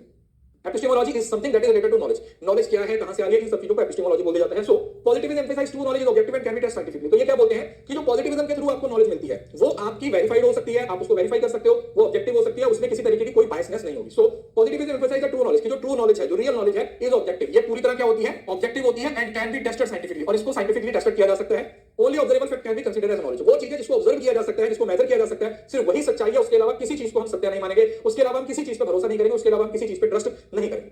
ऑन्टोलॉजी का मतलब होता है व्हाट इज रियल, रियलिटी के बारे में बात की जाती है, ठीक है। Ontology what is reality. Positivism believe that objective reality which exist independent, मतलब बोल रहे हैं कि यहां पर जो रियलिटी है वो ऑब्जेक्टिव है, मतलब हमारी ऑब्जर्वेशन का रियलिटी पे कोई असर नहीं होगा। जो रियलिटी है वो इंडिपेंडेंटली एग्जिस्ट करती है, तुम उसमें कोई इंटरफियर नहीं कर सकते। जो साइंस ने बोल दिया है उसमें इंसान अपनी तरफ से कुछ मॉडिफिकेशन नहीं कर सकता। तो ये क्या बोल रहे हैं कि ऑब्जेक्टिव रियलिटी है, इंडिपेंडेंट है, is measurable, structured and follow our nature law. और वो जो रियलिटी है वो नेचर के लॉज, या आप ऐसा समझ सकते हो कि वो साइंटिफिक लॉज को फॉलो करते हैं। तो मतलब पॉजिटिविज्म सिर्फ एक चीज के बारे में बार-बार बोलेगा, क्या, scientific law, scientific law, scientific. तो साइंस साइंस साइंस साइंस के बारे में वो लगातार बोलता रहता है। It always talks about science. Axiology का मतलब क्या होता है बेटा, वैल्यूज। और एक्सियोलॉजी में दो चीजें आ जाती हैं, वैल्यूज जिसको एथिकल बोला जाता है, और दूसरा क्या आ जाता है, ब्यूटी, आर्ट, इस तरीके की चीजें आ जाती है। तो एक्सियोलॉजी में अगर देखा जाए positivism hold the values and biases should not influence research promoting neutrality in scientific research. तो एक्सियोलॉजी में ये क्या बोलता है कि जो भी चीजें होनी चाहिए वो न्यूट्रल होनी चाहिए, मतलब नो बायसनेस। सिंपल एक्सियोलॉजी का मतलब होता है एथिक्स, तो यहां पर नो बायसनेस की बात कर रहे हैं। It talks about no biasness, क्योंकि भैया किसी भी तरीके की कोई बायसनेस है वो रिसर्च के अंदर नहीं होनी चाहिए। देयर शुड बी नो बायस। हम ये बोल सकते हैं कि रिसर्च के अंदर किसी भी तरीके की कोई भी बायसनेस है वो नहीं होनी चाहिए। So positivism hold that values and biases should not influence. अगर रिसर्च अप्रोच की बात की जाए तो आगे देखो ये पॉइंट मैं भी आपको बता रहा था, तो इसमें हम कौन सा मेथड यूज करते हैं, इसमें हम क्वांटिटेटिव मेथड यूज करते हैं, क्योंकि हमारे पास नंबर्स हैं, हमारे पास वैल्यूज हैं। तो जब हमारे पास नंबर्स हैं, जब हमारे पास वैल्यूज हैं, तो उसमें हम एक्सपेरिमेंट कर सकते हैं, सर्वे कर सकते हैं, स्टैटिस्टिकल एनालिसिस कर सकते हैं, जिससे कि हम डिफरेंट तरीके के पैटर्न्स को फाइंड आउट कर सकते हैं और रिजल्ट्स को जनरलाइज कर सकते हैं। So emphasise is on hypothesis testing and causal relationship. Causal का मतलब क्या हुआ कि यहां पर आप एक्सपेरिमेंट्स पे ज्यादा फोकस करते हो। किस चीज पे ज्यादा फोकस कर रहे हो? आपका जो मेन फोकस है वो एक्सपेरिमेंट्स पे है, और एक्सपेरिमेंट तभी पॉसिबल होते हैं जब आप साइंस का इस्तेमाल करते हो, जब आप नंबर्स का इस्तेमाल करते हो। मेथड ऑफ डेटा कलेक्शन, अगर डेटा कलेक्शन की बात की जाए तो क्योंकि क्वांटिटेटिव है तो स्ट्रक्चर मेथड यूज किए जाएंगे। सर्वे करेंगे, प्रॉपर लोगों से क्वेश्चनर फिल करवाएंगे, एक्सपेरिमेंट्स करेंगे, चीजों को ऑब्जर्व करेंगे, that focus on measurement and control of variables. ठीक है, जिसमें आप वेरिएबल्स को कंट्रोल करो। ठीक है, समझ रहे हो ना? क्योंकि एक्सपेरिमेंट में क्या होता है, एक्सपेरिमेंट रिसर्च में एक वेरिएबल होता है जिसको आप कांस्टेंट वेरिएबल या कंट्रोल वेरिएबल बोल देते हो। जब आप मॉडरेट मतलब अपनी कंट्रोल सिचुएशन में रिसर्च कर रहे होते हैं, जैसे मैं क्लास में बोलूं तो जो स्टूडेंट है दैट इज डिपेंडेंट वेरिएबल और जो टीचर है दैट इज इंडिपेंडेंट वेरिएबल। लेकिन उसी टाइम के दौरान क्लास का साइज, क्लास, बेंच, स्टडी, ये सब चीजें सेम रखी जाती हैं, तभी आप असली रिसर्च कर सकते हो। तो जो चीजें आप चेंज नहीं करते, वो सारी चीजें जो रिसर्च के दौरान आप चेंज नहीं करते हो, उन सारी चीजों को हम क्या बोल देते हैं कि दे आर कांस्टेंट वेरिएबल। ये वेरिएबल्स हैं वो कांस्टेंट वेरिएबल्स होते हैं। ठीक है, these are constant variables. Researcher का रोल क्या होता है बेटा? देखो, researcher is detached and objective, मतलब रिसर्चर अपनी तरफ से रिसर्च पे कोई असर नहीं डाल रहा। जो रिसर्चर है वो अपनी तरफ से रिसर्च पे कोई असर नहीं डाल रहा, मतलब उसकी जो पर्सनल बायसेसनेस है वो नहीं आएंगी, क्योंकि वो सिर्फ और सिर्फ इस बात पे भरोसा कर रहा है, वो इस चीज को फोकस कर रहा है कि भाई हमें सिर्फ और सिर्फ फैक्ट्स को देखना है, हमें सिर्फ और सिर्फ रियलिटी को देखना है। So researcher avoid interaction to maintain reality. तो रिसर्चर को अलग ही रखा है, मतलब रिसर्च अलग है और रिसर्चर अलग है, क्योंकि अगर रिसर्चर इंटरफियर करेगा तो फिर ऑब्जेक्टिविटी की जगह पर सब्जेक्टिविटी आ जाएगी, जो कि इसकी थीम नहीं। ठीक है, तो ये सारे पॉइंट्स किसके हैं? पॉजिटिविज्म के अंदर आ जाते हैं। स्ट्रेंथ क्या है? सिंपल ऑब्जेक्टिविटी है। ठीक है, कि जो अनबाइज्ड और रिलायबल डेटा है, जितनी भी रिसर्च आपके पास निकल के आती है वो अनबाइज्ड होती है और उस डेटा की रिलायबिलिटी रहती है। दूसरा रेप्लिकेबल। ठीक है, तो ऑब्वियसली बात है कि आप जब क्वांटिटेटिव के अंदर ये सारे फीचर आ जाएंगे तो वही आएंगे कि आप उसको रिलायबल है, उसको बार-बार करोगे तो सेम रिजल्ट निकल के आएंगे, क्योंकि तुम्हारी पर्सनल ऑब्जर्वेशन तो है ही उसमें, राइट? उसके बाद आता है जनरलाइजेशन, ऑब्जेक्टिविटी, रेप्लिकेशन और जनरलाइजेशन, ओआरजी। ठीक है जी, ऑब्जेक्टिव हो गया, दूसरा आपका रेप्लिकेबिलिटी हो जाएगा और जनरलाइजेशन हो जाएगा, और ये क्वांटिटेटिव के मेन फीचर्स होते हैं। याद रखिएगा, क्वांटिटेटिव रिसर्च में मेन फीचर्स होते हैं। ये फीचर्स आपको कहां पर देखने को मिलते हैं? You see it in the quantitative features. तो जो क्वांटिटेटिव रिसर्च होती है वहां पर आप इन तीन फीचर्स को आप उसको जनरलाइज भी कर सकते हैं।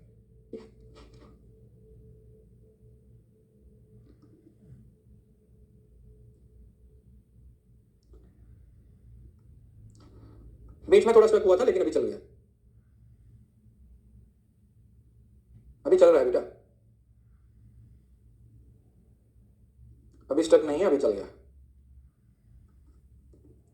हाँ, वैलिडिटी भी आ सकती है, मतलब वही सारी चीजें आ जाएंगी, वैलिडिटी, रिलायबिलिटी, ऑब्जेक्टिविटी, है ना, वो सब चीजें ऑटोमेटिकली इसका पार्ट बन जाएंगी। तो ये इसकी स्ट्रेंथ है। लेकिन लिमिटेशंस क्या है? देखो, अब इसके वो सारी चीजें जो क्वालिटेटिव में सही होती हैं वो इसकी लिमिटेशंस है। वो सारी चीजें जो क्वालिटेटिव में नहीं होंगी, वो मतलब जो क्वालिटेटिव में आएंगी वो इसकी लिमिटेशन है। पहला सब्जेक्टिविटी, हमेशा हर चीज ऑब्जेक्टिव हो जो जरूरी नहीं होता, हर चीज ऑब्जेक्टिव हो वो जरूरी नहीं होता है ना, इस वजह से। तो सबसे पहले इग्नोर सब्जेक्टिविटी, कि ये सब्जेक्टिविटी को इग्नोर नहीं कर रहा। दूसरा इग्नोर कर रहा है, दूसरा लिमिटेड टू मेजरेबल वेरिएबल्स। अब जिन चीजों को मेजर नहीं किया जा सकता वो इसका हिस्सा नहीं बनेगा, जिन चीजों को मेजर नहीं किया जा सकता वो इसका हिस्सा नहीं बनेगा। तो मेजरमेंट का एक ड्रॉबैक हो जाएगा। क्यों? क्योंकि इसके अंदर वेरिएबल्स को मेजर करोगे तो वो रिसर्च है, अगर मेजर ही नहीं कर पाओगे तो फिर दिक्कत हो जाएगी। नेक्स्ट, कॉन्टेक्स्ट में भी over, ignore context leading to narrow findings. देखिए, याद रखिएगा, जब हम क्वांटिटेटिव की बात करते हैं तो वहां पर कॉन्टेक्स्ट इतना मैटर नहीं करता, वहां पर कंटेंट मैटर करता है। उसका रीजन क्या है? उसका रीजन ये है कि वहां पर कंटेंट पे फोकस होता है, क्वांटिटेटिव नंबर्स पे फोकस होता है। लेकिन जब हम क्वालिटेटिव रिसर्च की बात करते हैं तो वहां पर क्वालिटेटिव कॉन्टेक्स्ट होता है। तो कॉन्टेक्स्ट बहुत इंपॉर्टेंट होता है रिसर्च में, लेकिन उस कॉन्टेक्स्ट को आप क्वालिटेटिव रिसर्च में ही अप्लाई कर सकते हो, क्वांटिटेटिव में अप्लाई नहीं कर सकते। तो कॉन्टेक्स्ट में भी ओवरलुक। ठीक है भैया, उस चीज पे हम फोकस नहीं कर रहे हैं, उसको हम क्या कर दे रहे हैं? That is totally overlook. ठीक है, वो क्या कर दिया जा रहा है? वो हटा दिया जा रहा है, उसको खत्म कर दिया जा रहा है। सो कॉन्टेक्स्ट में भी ओवरलुक, तो इग्नोर करता है कॉन्टेक्स्ट को, जिससे कि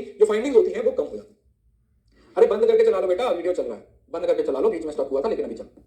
नेक्स्ट, जैसे इसके एग्जांपल्स कहां-कहां पर देखने को मिलती हैं? जो मेडिकल ट्रायल होते हैं, मतलब एक ड्रग बनाई, जैसे कोविड में आपने देखा होगा, कोविड वाली कोवैक्सीन या कोविशील्ड जो भी बनाई थी ना, तो उसको क्या किया जाता है? उस दवाई को बनाया जाता है और उसको बहुत सारे लोगों पे क्या किया जाता है? अप्लाई किया जाता है, और फिर देखा जाता है कि क्या वो रिजल्ट, जो दवाई है वो सही से काम कर रही है या नहीं कर रही है। दूसरा, एजुकेशनल स्टडी, टेस्ट स्कोर देखे जाते हैं अलग-अलग टीचिंग मेथड्स के, कि कौन सा टीचिंग मेथड है वो बेहतर रिजल्ट निकाल के देगा। देन आ जाता है मार्केट रिसर्च। मार्केट रिसर्च के थ्रू हम क्या कर सकते हैं? डेटा निकाल। अरे भाई बंद करके चला लो यार, क्या मैं एक बार आपको सुनाई नहीं दे रहा? मैंने बोला एक बार रीजॉइन कर लो, वीडियो चल रहा है, मेरे एंड से कोई दिक्कत नहीं है इस टाइम पे। जब दिक्कत होती है तो मैं खुद बोलता हूं। अब स्ट्रक्चर लिखने से क्या वो सही हो जाएगा? जब मैं बोल रहा हूं कि बंद करके चला लो, सुन तो तुम नहीं रहे हो। स्ट्रक्चर लिखने से क्या सही हो जाएगा? इसलिए तो ये इसकी क्वालिटेटिव क्वांटिटेटिव के अंदर फीचर्स आपको देखने को मिलते हैं। अब इसके बाद जो आता है that is post positivism, that is a philosophical research, that is a philosophical approach. Approach, ठीक है, यहां पर हम क्वालिटेटिव की बात करते हैं, ठीक है, this is something related to qualitative, so it is a philosophical approach that accept that scientific knowledge is not absolute and that observation is fallible and may content value. अब ये क्या बोलता है कि भाई साइंस के साथ साथ हम सोशल, मतलब वो सिर्फ साइंस की बात करता है, और यहां पर आप किसकी बात कर रहे हो, यहां पर आप सोशल साइंस की बात करते हो कि साइंस तो है ही, लेकिन उसके साथ साथ सोसाइटी को आप निगलेक्ट नहीं कर सकते, निगलेक्ट नहीं कर सकते, निगलेक्ट नहीं कर सकते, तो that is social science. Social science मतलब philosophical approach that accept that scientific knowledge is not absolute, बोले कि फैलिबल का मतलब है जिसको जो जिसके अंदर एरर्स हो सकते हैं, ठीक है, that is that can contain errors, so may contain errors, जो गलत हो सकता है, तो दिस इज इस वजह से। सो इसके कोर बिलीफ क्या है, सबसे पहले फेलिबिलिटी। फेलिबिलिटी का मतलब होता है कि नॉलेज इज अनसर्टेन है, मतलब बोला कि जो जरूरी नहीं है कि जो नॉलेज पहले से सही है वो हमेशा सही रहेगी, वो नॉलेज गलत भी हो सकती है, it can be wrong, so that is fallibility, मतलब उसके अंदर फ्लॉज हो सकते हैं। दूसरा objectivity with caution, complete objective is impossible, तो बोले कि हर चीज ऑब्जेक्टिव नहीं हो सकती, क्योंकि आज के दिन positive objectivity is impossible, researcher acknowledge their biases, ठीक है, कि भाई रिसर्चर को इन्वॉल्व रहना पड़ेगा, रिसर्चर इन्वॉल्व रहेगा तो फिर उसमें कोई दिक्कत नहीं है, रिसर्चर मतलब उसकी ऑब्जेक्टिविटी के साथ साथ सब्जेक्टिविटी भी पॉसिबल है। दूसरा पॉसिबिलिस्टिक नेचर, मतलब ये वो सर्टेनिटी वाली बात करता है, दैट टॉक्स अबाउट सर्टेनिटी कि हर चीज सर्टेन है, हर चीज सर्टेनिटी से चलती है, लेकिन यहां पर क्या बोल रहा है कि भैया हर चीज सर्टेनिटी से नहीं होती है, बहुत सारी चीजें पॉसिबल भी होती है, इट कैन बी, ये यहां पर रिजल्ट ऐसे भी हो सकता है, वैसे भी हो सकता है, किसी भी तरीके से रिजल्ट निकल के आ सकता है, so that is possibilistic nature, emphasise on livelihood rather than certainty, तो वहां पर सर्टेनिटी की बात की जा रही है, यहां पर पॉसिबिलिटी की बात की जा रही है। अब एपिस्टेमोलॉजी में नॉलेज कैसे मिलती है, बोला कि यहां पर जो नॉलेज मिलती है वो प्रोबेबिलिटी पे बेस्ड मिलती है, वहां पर नॉलेज सर्टेनिटी थी, मतलब जो नॉलेज थी वो एग्जैक्ट थी, उस पर उसी तरीके से भरोसा किया जा सकता था। ये क्या बोल रहा है कि यहां पर जो नॉलेज है वो डिफरेंट है, उस पर उसी तरीके से भरोसा नहीं किया जा सकता, इट इज क्वाइट पॉसिबल कि वहां पर जितना भी डेटा निकल के आ रहा है वो पॉसिबिलिटी के बेसिस पे ही निकल के आ रहा है। Absolute certainty is not achievable, कि एब्सोल्युटली कोई चीज, क्योंकि क्वालिटेटिव है ना, अभी तो हमने पढ़ा कि ये क्वालिटेटिव नेचर है, तो इस पे ऐसे डायरेक्टली आप किसी तरीके से भरोसा नहीं कर सकते, आप इस पे डायरेक्टली इस तरीके से भरोसा नहीं कर सकते कि हर चीज इसके अंदर सही होगी। ओंटोलॉजी रियलिटी क्या बोल रहा है, रियलिटी है वो ऑब्जेक्टिव तो है लेकिन इम्परफेक्टली अंडरस्टूड है, मतलब कोई चीज है वो सही तो है लेकिन उसके साथ साथ उसके गलत होने के चांसेस पूरे हैं। सो व्हाइल रियलिटी एग्जिस्ट इंडिपेंडेंटली, वहां पर क्या बोल रहा था, it complex and can not be fully captured by observation, तो बोल रहे हैं कि ठीक है रियलिटी आप बोलते हो जिस पे हम उस पे भरोसा कर रहे हैं, लेकिन अगर आप ये सोच रहे हो कि क्वांटिटेटिव मेथड्स का इस्तेमाल करके आप हर तरीके की रियलिटी को निकाल सकते हो, अगर आप क्वांटिटेटिव मेथड्स का यूज करके हर तरीके की रियलिटी को निकाल सकते हो, तो दैट इज नॉट पॉसिबल। तो इस वजह से यहां पर जो नंबर्स की बात की जा रही है वो ऑब्जेक्टिव के साथ साथ सब्जेक्टिव नंबर्स की भी बात की जा रही है, कि हमारे पास सब्जेक्टिविटी है, उस सब्जेक्टिविटी को इग्नोर नहीं किया जा सकता, उस सब्जेक्टिविटी पे आपको भरोसा करना ही पड़ेगा। सो जो रियलिटी है वो कंफर्म नहीं होती। एक्सियोलॉजी का मतलब values, axiology is value, axiology is value, तो accept that complete neutrality is difficult, मतलब सारी चीजें उसके ऑपोजिट बोल रही है। अगर आप देख रहे हो ना, अगर आप ध्यान से पढ़ रहे हो तो आपको एक बात समझ आ रही होगी कि इसके अंदर जितनी भी चीजें बोली जा रही हैं वो सारी की सारी ऑपोजिट बोली जा रही है, all the things are opposite to the positivism, positivism के ऑपोजिट है। सो ये बोल रहा है कि कंप्लीट न्यूट्रलिटी, मतलब आप पूरे के पूरे ऑब्जेक्टिव नहीं हो सकते, रिसर्चर एक्नॉलेज देयर पर्सपेक्टिव, यहां पर रिसर्चर की ऑब्जेक्टिविटी सब्जेक्टिविटी मैटर करती है, क्योंकि वहां पर रिसर्चर अलग रिसर्च अलग है, यहां पर बोल रहे हैं कि जो रिसर्चर है उसको रिसर्च से अलग नहीं किया जा सकता, we can not keep both different, हम दोनों को अलग अलग नहीं रख सकते, understanding that they impact interpretation, तो यहां पर ये पॉसिबल है कि जो रिसर्चर है वो जो भी कर रहा है उसका असर उसकी रिसर्च पे डायरेक्टली पड़ रहा है, उसका सीधा असर उसकी रिसर्च पे डायरेक्ट तरीके से पड़ रहा है, इसको क्या बोला जाता है, that is what we call कि भैया पोस्ट पॉजिटिविज्म में ये सारी चीजें possible, all these things are possible in post positivism, all these things are possible in post positivism, post positivism में ये सारी चीजें क्वाइट पॉसिबल, ठीक है। अब रिसर्च अप्रोच क्या बोलती है, मिक्स्ड मेथड्स, मतलब हम क्वालिटेटिव तो यूज करेंगे ही करेंगे, लेकिन उसके साथ साथ कुछ चीजें हम क्वांटिटेटिव यूज करते हैं, मतलब जो मास्टर जो मेन पॉइंट है वो क्वालिटेटिव यूज किया जाता है, लेकिन क्योंकि साइंस को आप रिजेक्ट नहीं कर रहे हो इस वजह से आप क्वालिटेटिव के साथ साथ क्वांटिटेटिव मेथड्स को भी साथ में लेके आ पा रहे हो, क्वालिटेटिव के साथ आप क्वांटिटेटिव मेथड्स को भी साथ में लेके आ रहे हो कि भैया ये क्वालिटेटिव के साथ साथ कुछ चीजें हैं जो क्वांटिटेटिव भी साथ में चलेंगी, that is mixed method approach combining quantitative and qualitative method, तो बोल रहा है कि क्वांटिटेटिव के साथ साथ हम क्वालिटेटिव मेथड्स को यूज कर रहे हैं to gain a more holistic understanding, emphasize on testing hypothesis why in corporative context, आया ना पॉइंट, यहां पर कॉन्टेक्स्ट पे फोकस किया जाए, वहां पर कॉन्टेक्स्ट की कोई इंपॉर्टेंस नहीं थी, तो क्योंकि बोले कि रियलिटी है वो इंडिपेंडेंट है, रियलिटी एक दूसरे से अलग है, वो एक दूसरे एकदम से इंडिपेंडेंट तरीके से काम करती है, लेकिन यहां क्या बोलते हैं कि कॉन्टेक्स्ट है वो मैटर करता है, कॉन्टेक्स्ट को आप इग्नोर नहीं कर सकते हैं, विदाउट कॉन्टेक्स्ट हम किसी भी चीज को जज नहीं कर सकते, विदाउट कॉन्टेक्स्ट हम किसी भी चीज को समझ नहीं सकते, विदाउट कॉन्टेक्स्ट हमारे पास कोई भी रिजल्ट निकल के नहीं आएगा। सो कॉन्टेक्स्ट है वो अपने आप में बहुत ज्यादा इंपॉर्टेंट है, कॉन्टेक्स्ट को आप इग्नोर नहीं कर सकते। उसके बाद अगर डेटा कलेक्शन की बात की जाए तो सेम वही आ गया, यहां पर क्वांटिटेटिव मेथड्स भी यूज कर सकते हो, क्वालिटेटिव मतलब आप एक्सपेरिमेंट भी कर सकते हो, सर्वे भी कर सकते हो, और उसके साथ साथ आप केस स्टडीज को भी यूज कर सकते हो, एथनोग्राफी का भी इस्तेमाल कर सकते हो ना, ताकि आपको दोनों का मतलब समझ लो ना एक होलिस्टिक व्यू है।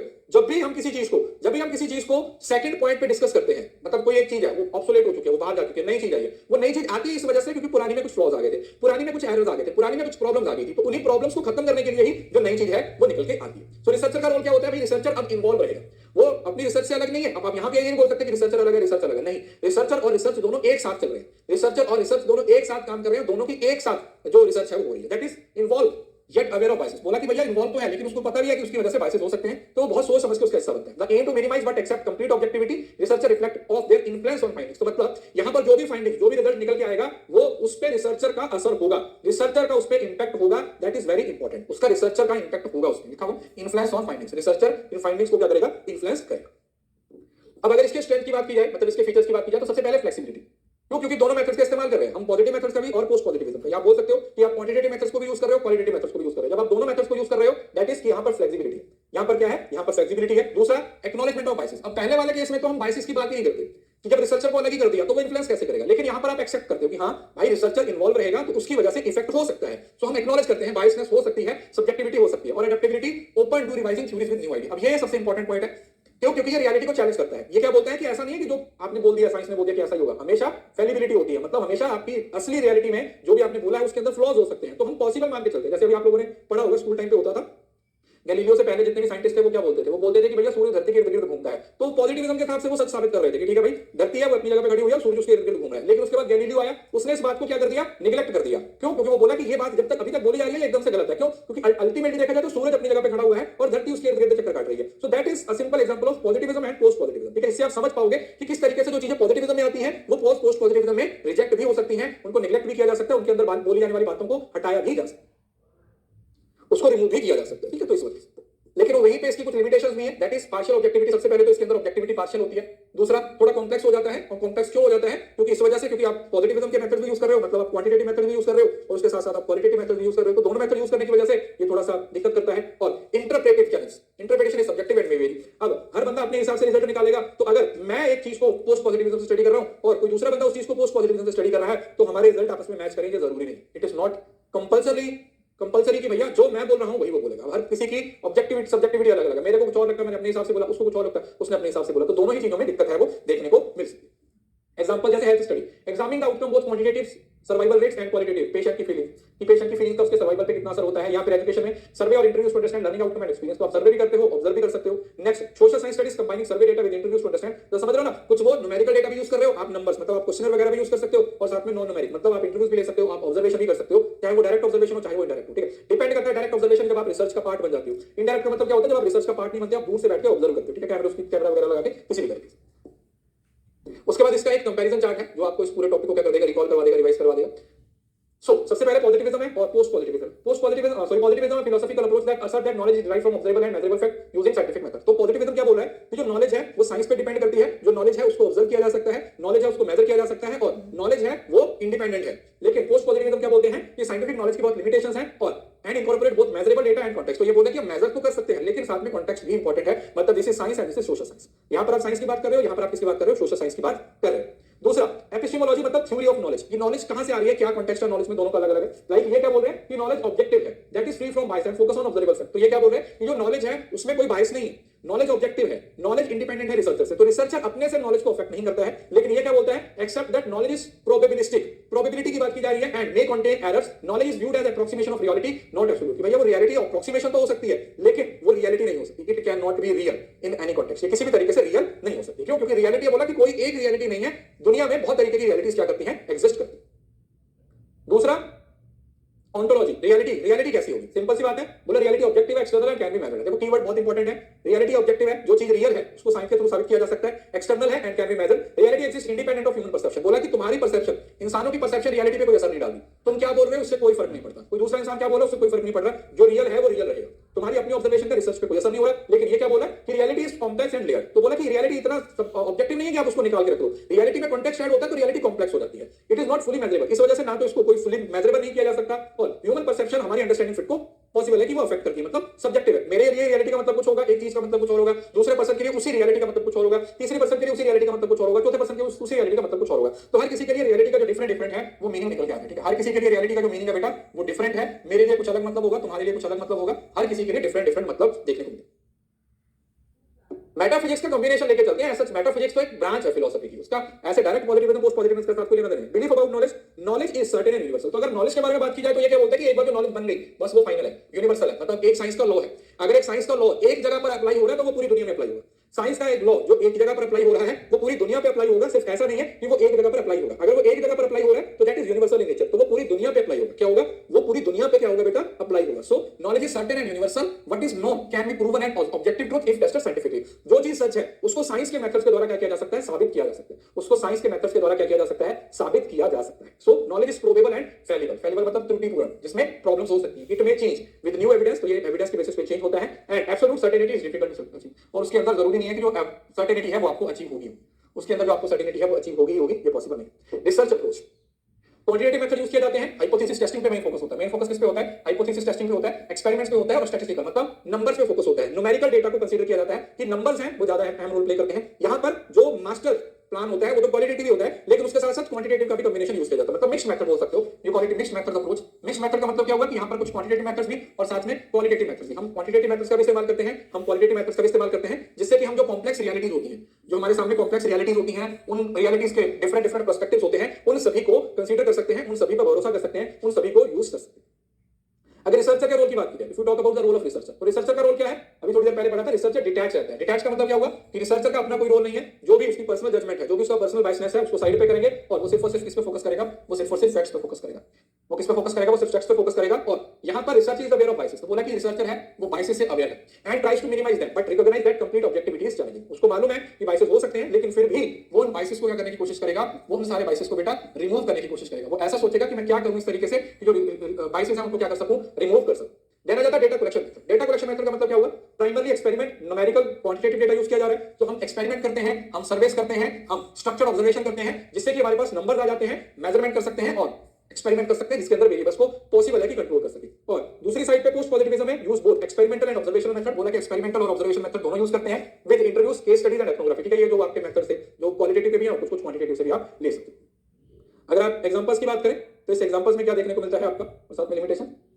Studies measuring cause and effect. ठीक है, आप एक्सपेरिमेंट कर रहे हो तो उसके अंदर आपके पास पता है कि एक कॉज है और दूसरा उसका इफेक्ट है। कॉज और इफेक्ट की बात की जा रही है, such as impact of drug on health और टीचिंग मेथड्स और टेस्ट स्कोर। और यहां पर complex social issues like culture influence कैसे करता है, किसी के बिहेवियर को उसका कल्चर कैसे इन्फ्लुएंस करता है। दूसरा factor containing to mental health, किसी की मेंटल हेल्थ को चेक करना चाहते हो, recognize that multiple factors are involve, मतलब काफी सारे फैक्टर्स इन्वॉल्व हैं, उसकी कंसीडरेशन। और लिमिटेशंस में क्या आ जाता है हमारे पास? Basically that is limited in addressing subjective experience. अब इसकी लिमिटेशन यही है कि जो सब्जेक्टिव एक्सपीरियंस है, जो सब्जेक्टिव एक्सपीरियंस है उनको एड्रेस करना पॉसिबल नहीं होता है। और यहां पर सारी नॉलेज को ये टेंटेटिव मानता है, मतलब ये किसी भी नॉलेज को नहीं मानता कि कोई भी नॉलेज है वो सही है। सारी नॉलेज क्या है? टेंटेटिव है एंड ओपन फॉर रिवीजन। बोला कि दुनिया में अगर हजारों साल पहले से भी जो लॉज बने हुए हैं ना, उनके अंदर भी एरर्स है। देखा जाए वो दुनिया में इतनी देर से लॉज बने हुए हैं, तो ये हर लॉज को चैलेंज करते हैं। ये बोलते हैं कि हर लॉज के अंदर कुछ ना कुछ प्रॉब्लम है, हर लॉज के अंदर कोई ना कोई दिक्कत है। So accept that scientific methods have limitation in fully capturing reality. बोला कि जो साइंस है वो पूरी तरह से, साइंटिफिक मेथड है वो पूरी तरह से रियलिटी को कैप्चर नहीं कर पाते। They can not capture the reality in fully context. पूरे कॉन्टेक्स्ट में वो रियलिटी को कैप्चर नहीं कर पाते हैं, जो कि इसका सबसे बड़ा क्या है? इसका सबसे बड़ा ड्रॉ। ठीक है, clear? So that's it. Research के एक दो छोटे छोटे जो लास्ट वाले पोर्शन रहता है उसको मैं सेपरेट क्लास में आपको पढ़ा दूंगा। यहाँ पर आप लोगों का 90% 85% पोर्शन कवर होता है। इसके बाद हम शुरू करेंगे नेक्स्ट क्लास में टीचिंग को शुरू करेंगे। ठीक है, रिसर्च हमारा खत्म हो गया है, इसके बाद हम टीचिंग को पढ़ेंगे। और इस सैटरडे संडे आपकी जो पीपल और एनवायरनमेंट का जो पोर्शन पेंडिंग है, ठीक है, उसका वो भी कवर करेंगे। और मैं सोच रहा हूँ कि संडे को एक और मैराथन ले लूंगा, जिसमें टीचिंग की जो थ्योरीज है, जो हमारी टीचिंग की थ्योरीज है, उन टीचिंग की थ्योरीज को मैं क्या करूंगा, आप लोगों को पढ़ा दूंगा। ठीक है, जितनी भी तरीके की थ्योरीज है 2-2.5 घंटे में सारी थ्योरीज है वो आपकी इक्वल हो जाएगी। आज की वाइवर्स का की गैगर वगैरह जितनी भी है वो सारी की सारी मैं कोशिश करूंगा कि आपको बेहतर तरीके से वो बाकी अभी 11:30 बजे पेपर 2 की क्लास होगी, शाम को 4:15 बजे आपके पेपर 1 की जो मेन कोर्स चल रहा है वो शाम को 4:15 बजे आपको देखने को मिलेगा। हां, गुड मैं वही बोलूंगी, पूछ के आऊं। ठीक है, साथी बना लेंगे सबकी, है ना? किसी बस बात में कोई दिक्कत? आप बता। टेस्ट सीरीज कोर्स के साथ होगी ना? मैं तो 1-2 चीजें बनाई। टेस्ट सीरीज तो आपको सेपरेट लेना पड़ेगी। इस कोर्स के साथ फुल कोर्स के साथ टेस्ट सीरीज फ्री होती है, इस कोर्स के साथ टेस्ट सीरीज नहीं। आप भी मिलेंगे आपको इस वाले, लेकिन उसमें भी टाइम है, उन पे काम चल रहा है। ये तो खाई ना सर, उन पे काम चल रहा है। तो परसों आपकी टीचिंग की क्लास होगी, तो टीचिंग को रिवाइज करके आइएगा। रोज बना लेंगे। माधव पापा पूछ लेते कब आएंगे, कब मैं उनकी श्रेड बना देंगे। Thank you so much, God bless you all. पढ़ते रहिए, मेहनत करते रहिए, ये जरूर क्लियर होगा। कंसिस्टेंसी बनाए रखिए, एफर्ट्स करते रहिए और अपना 100% देखिए।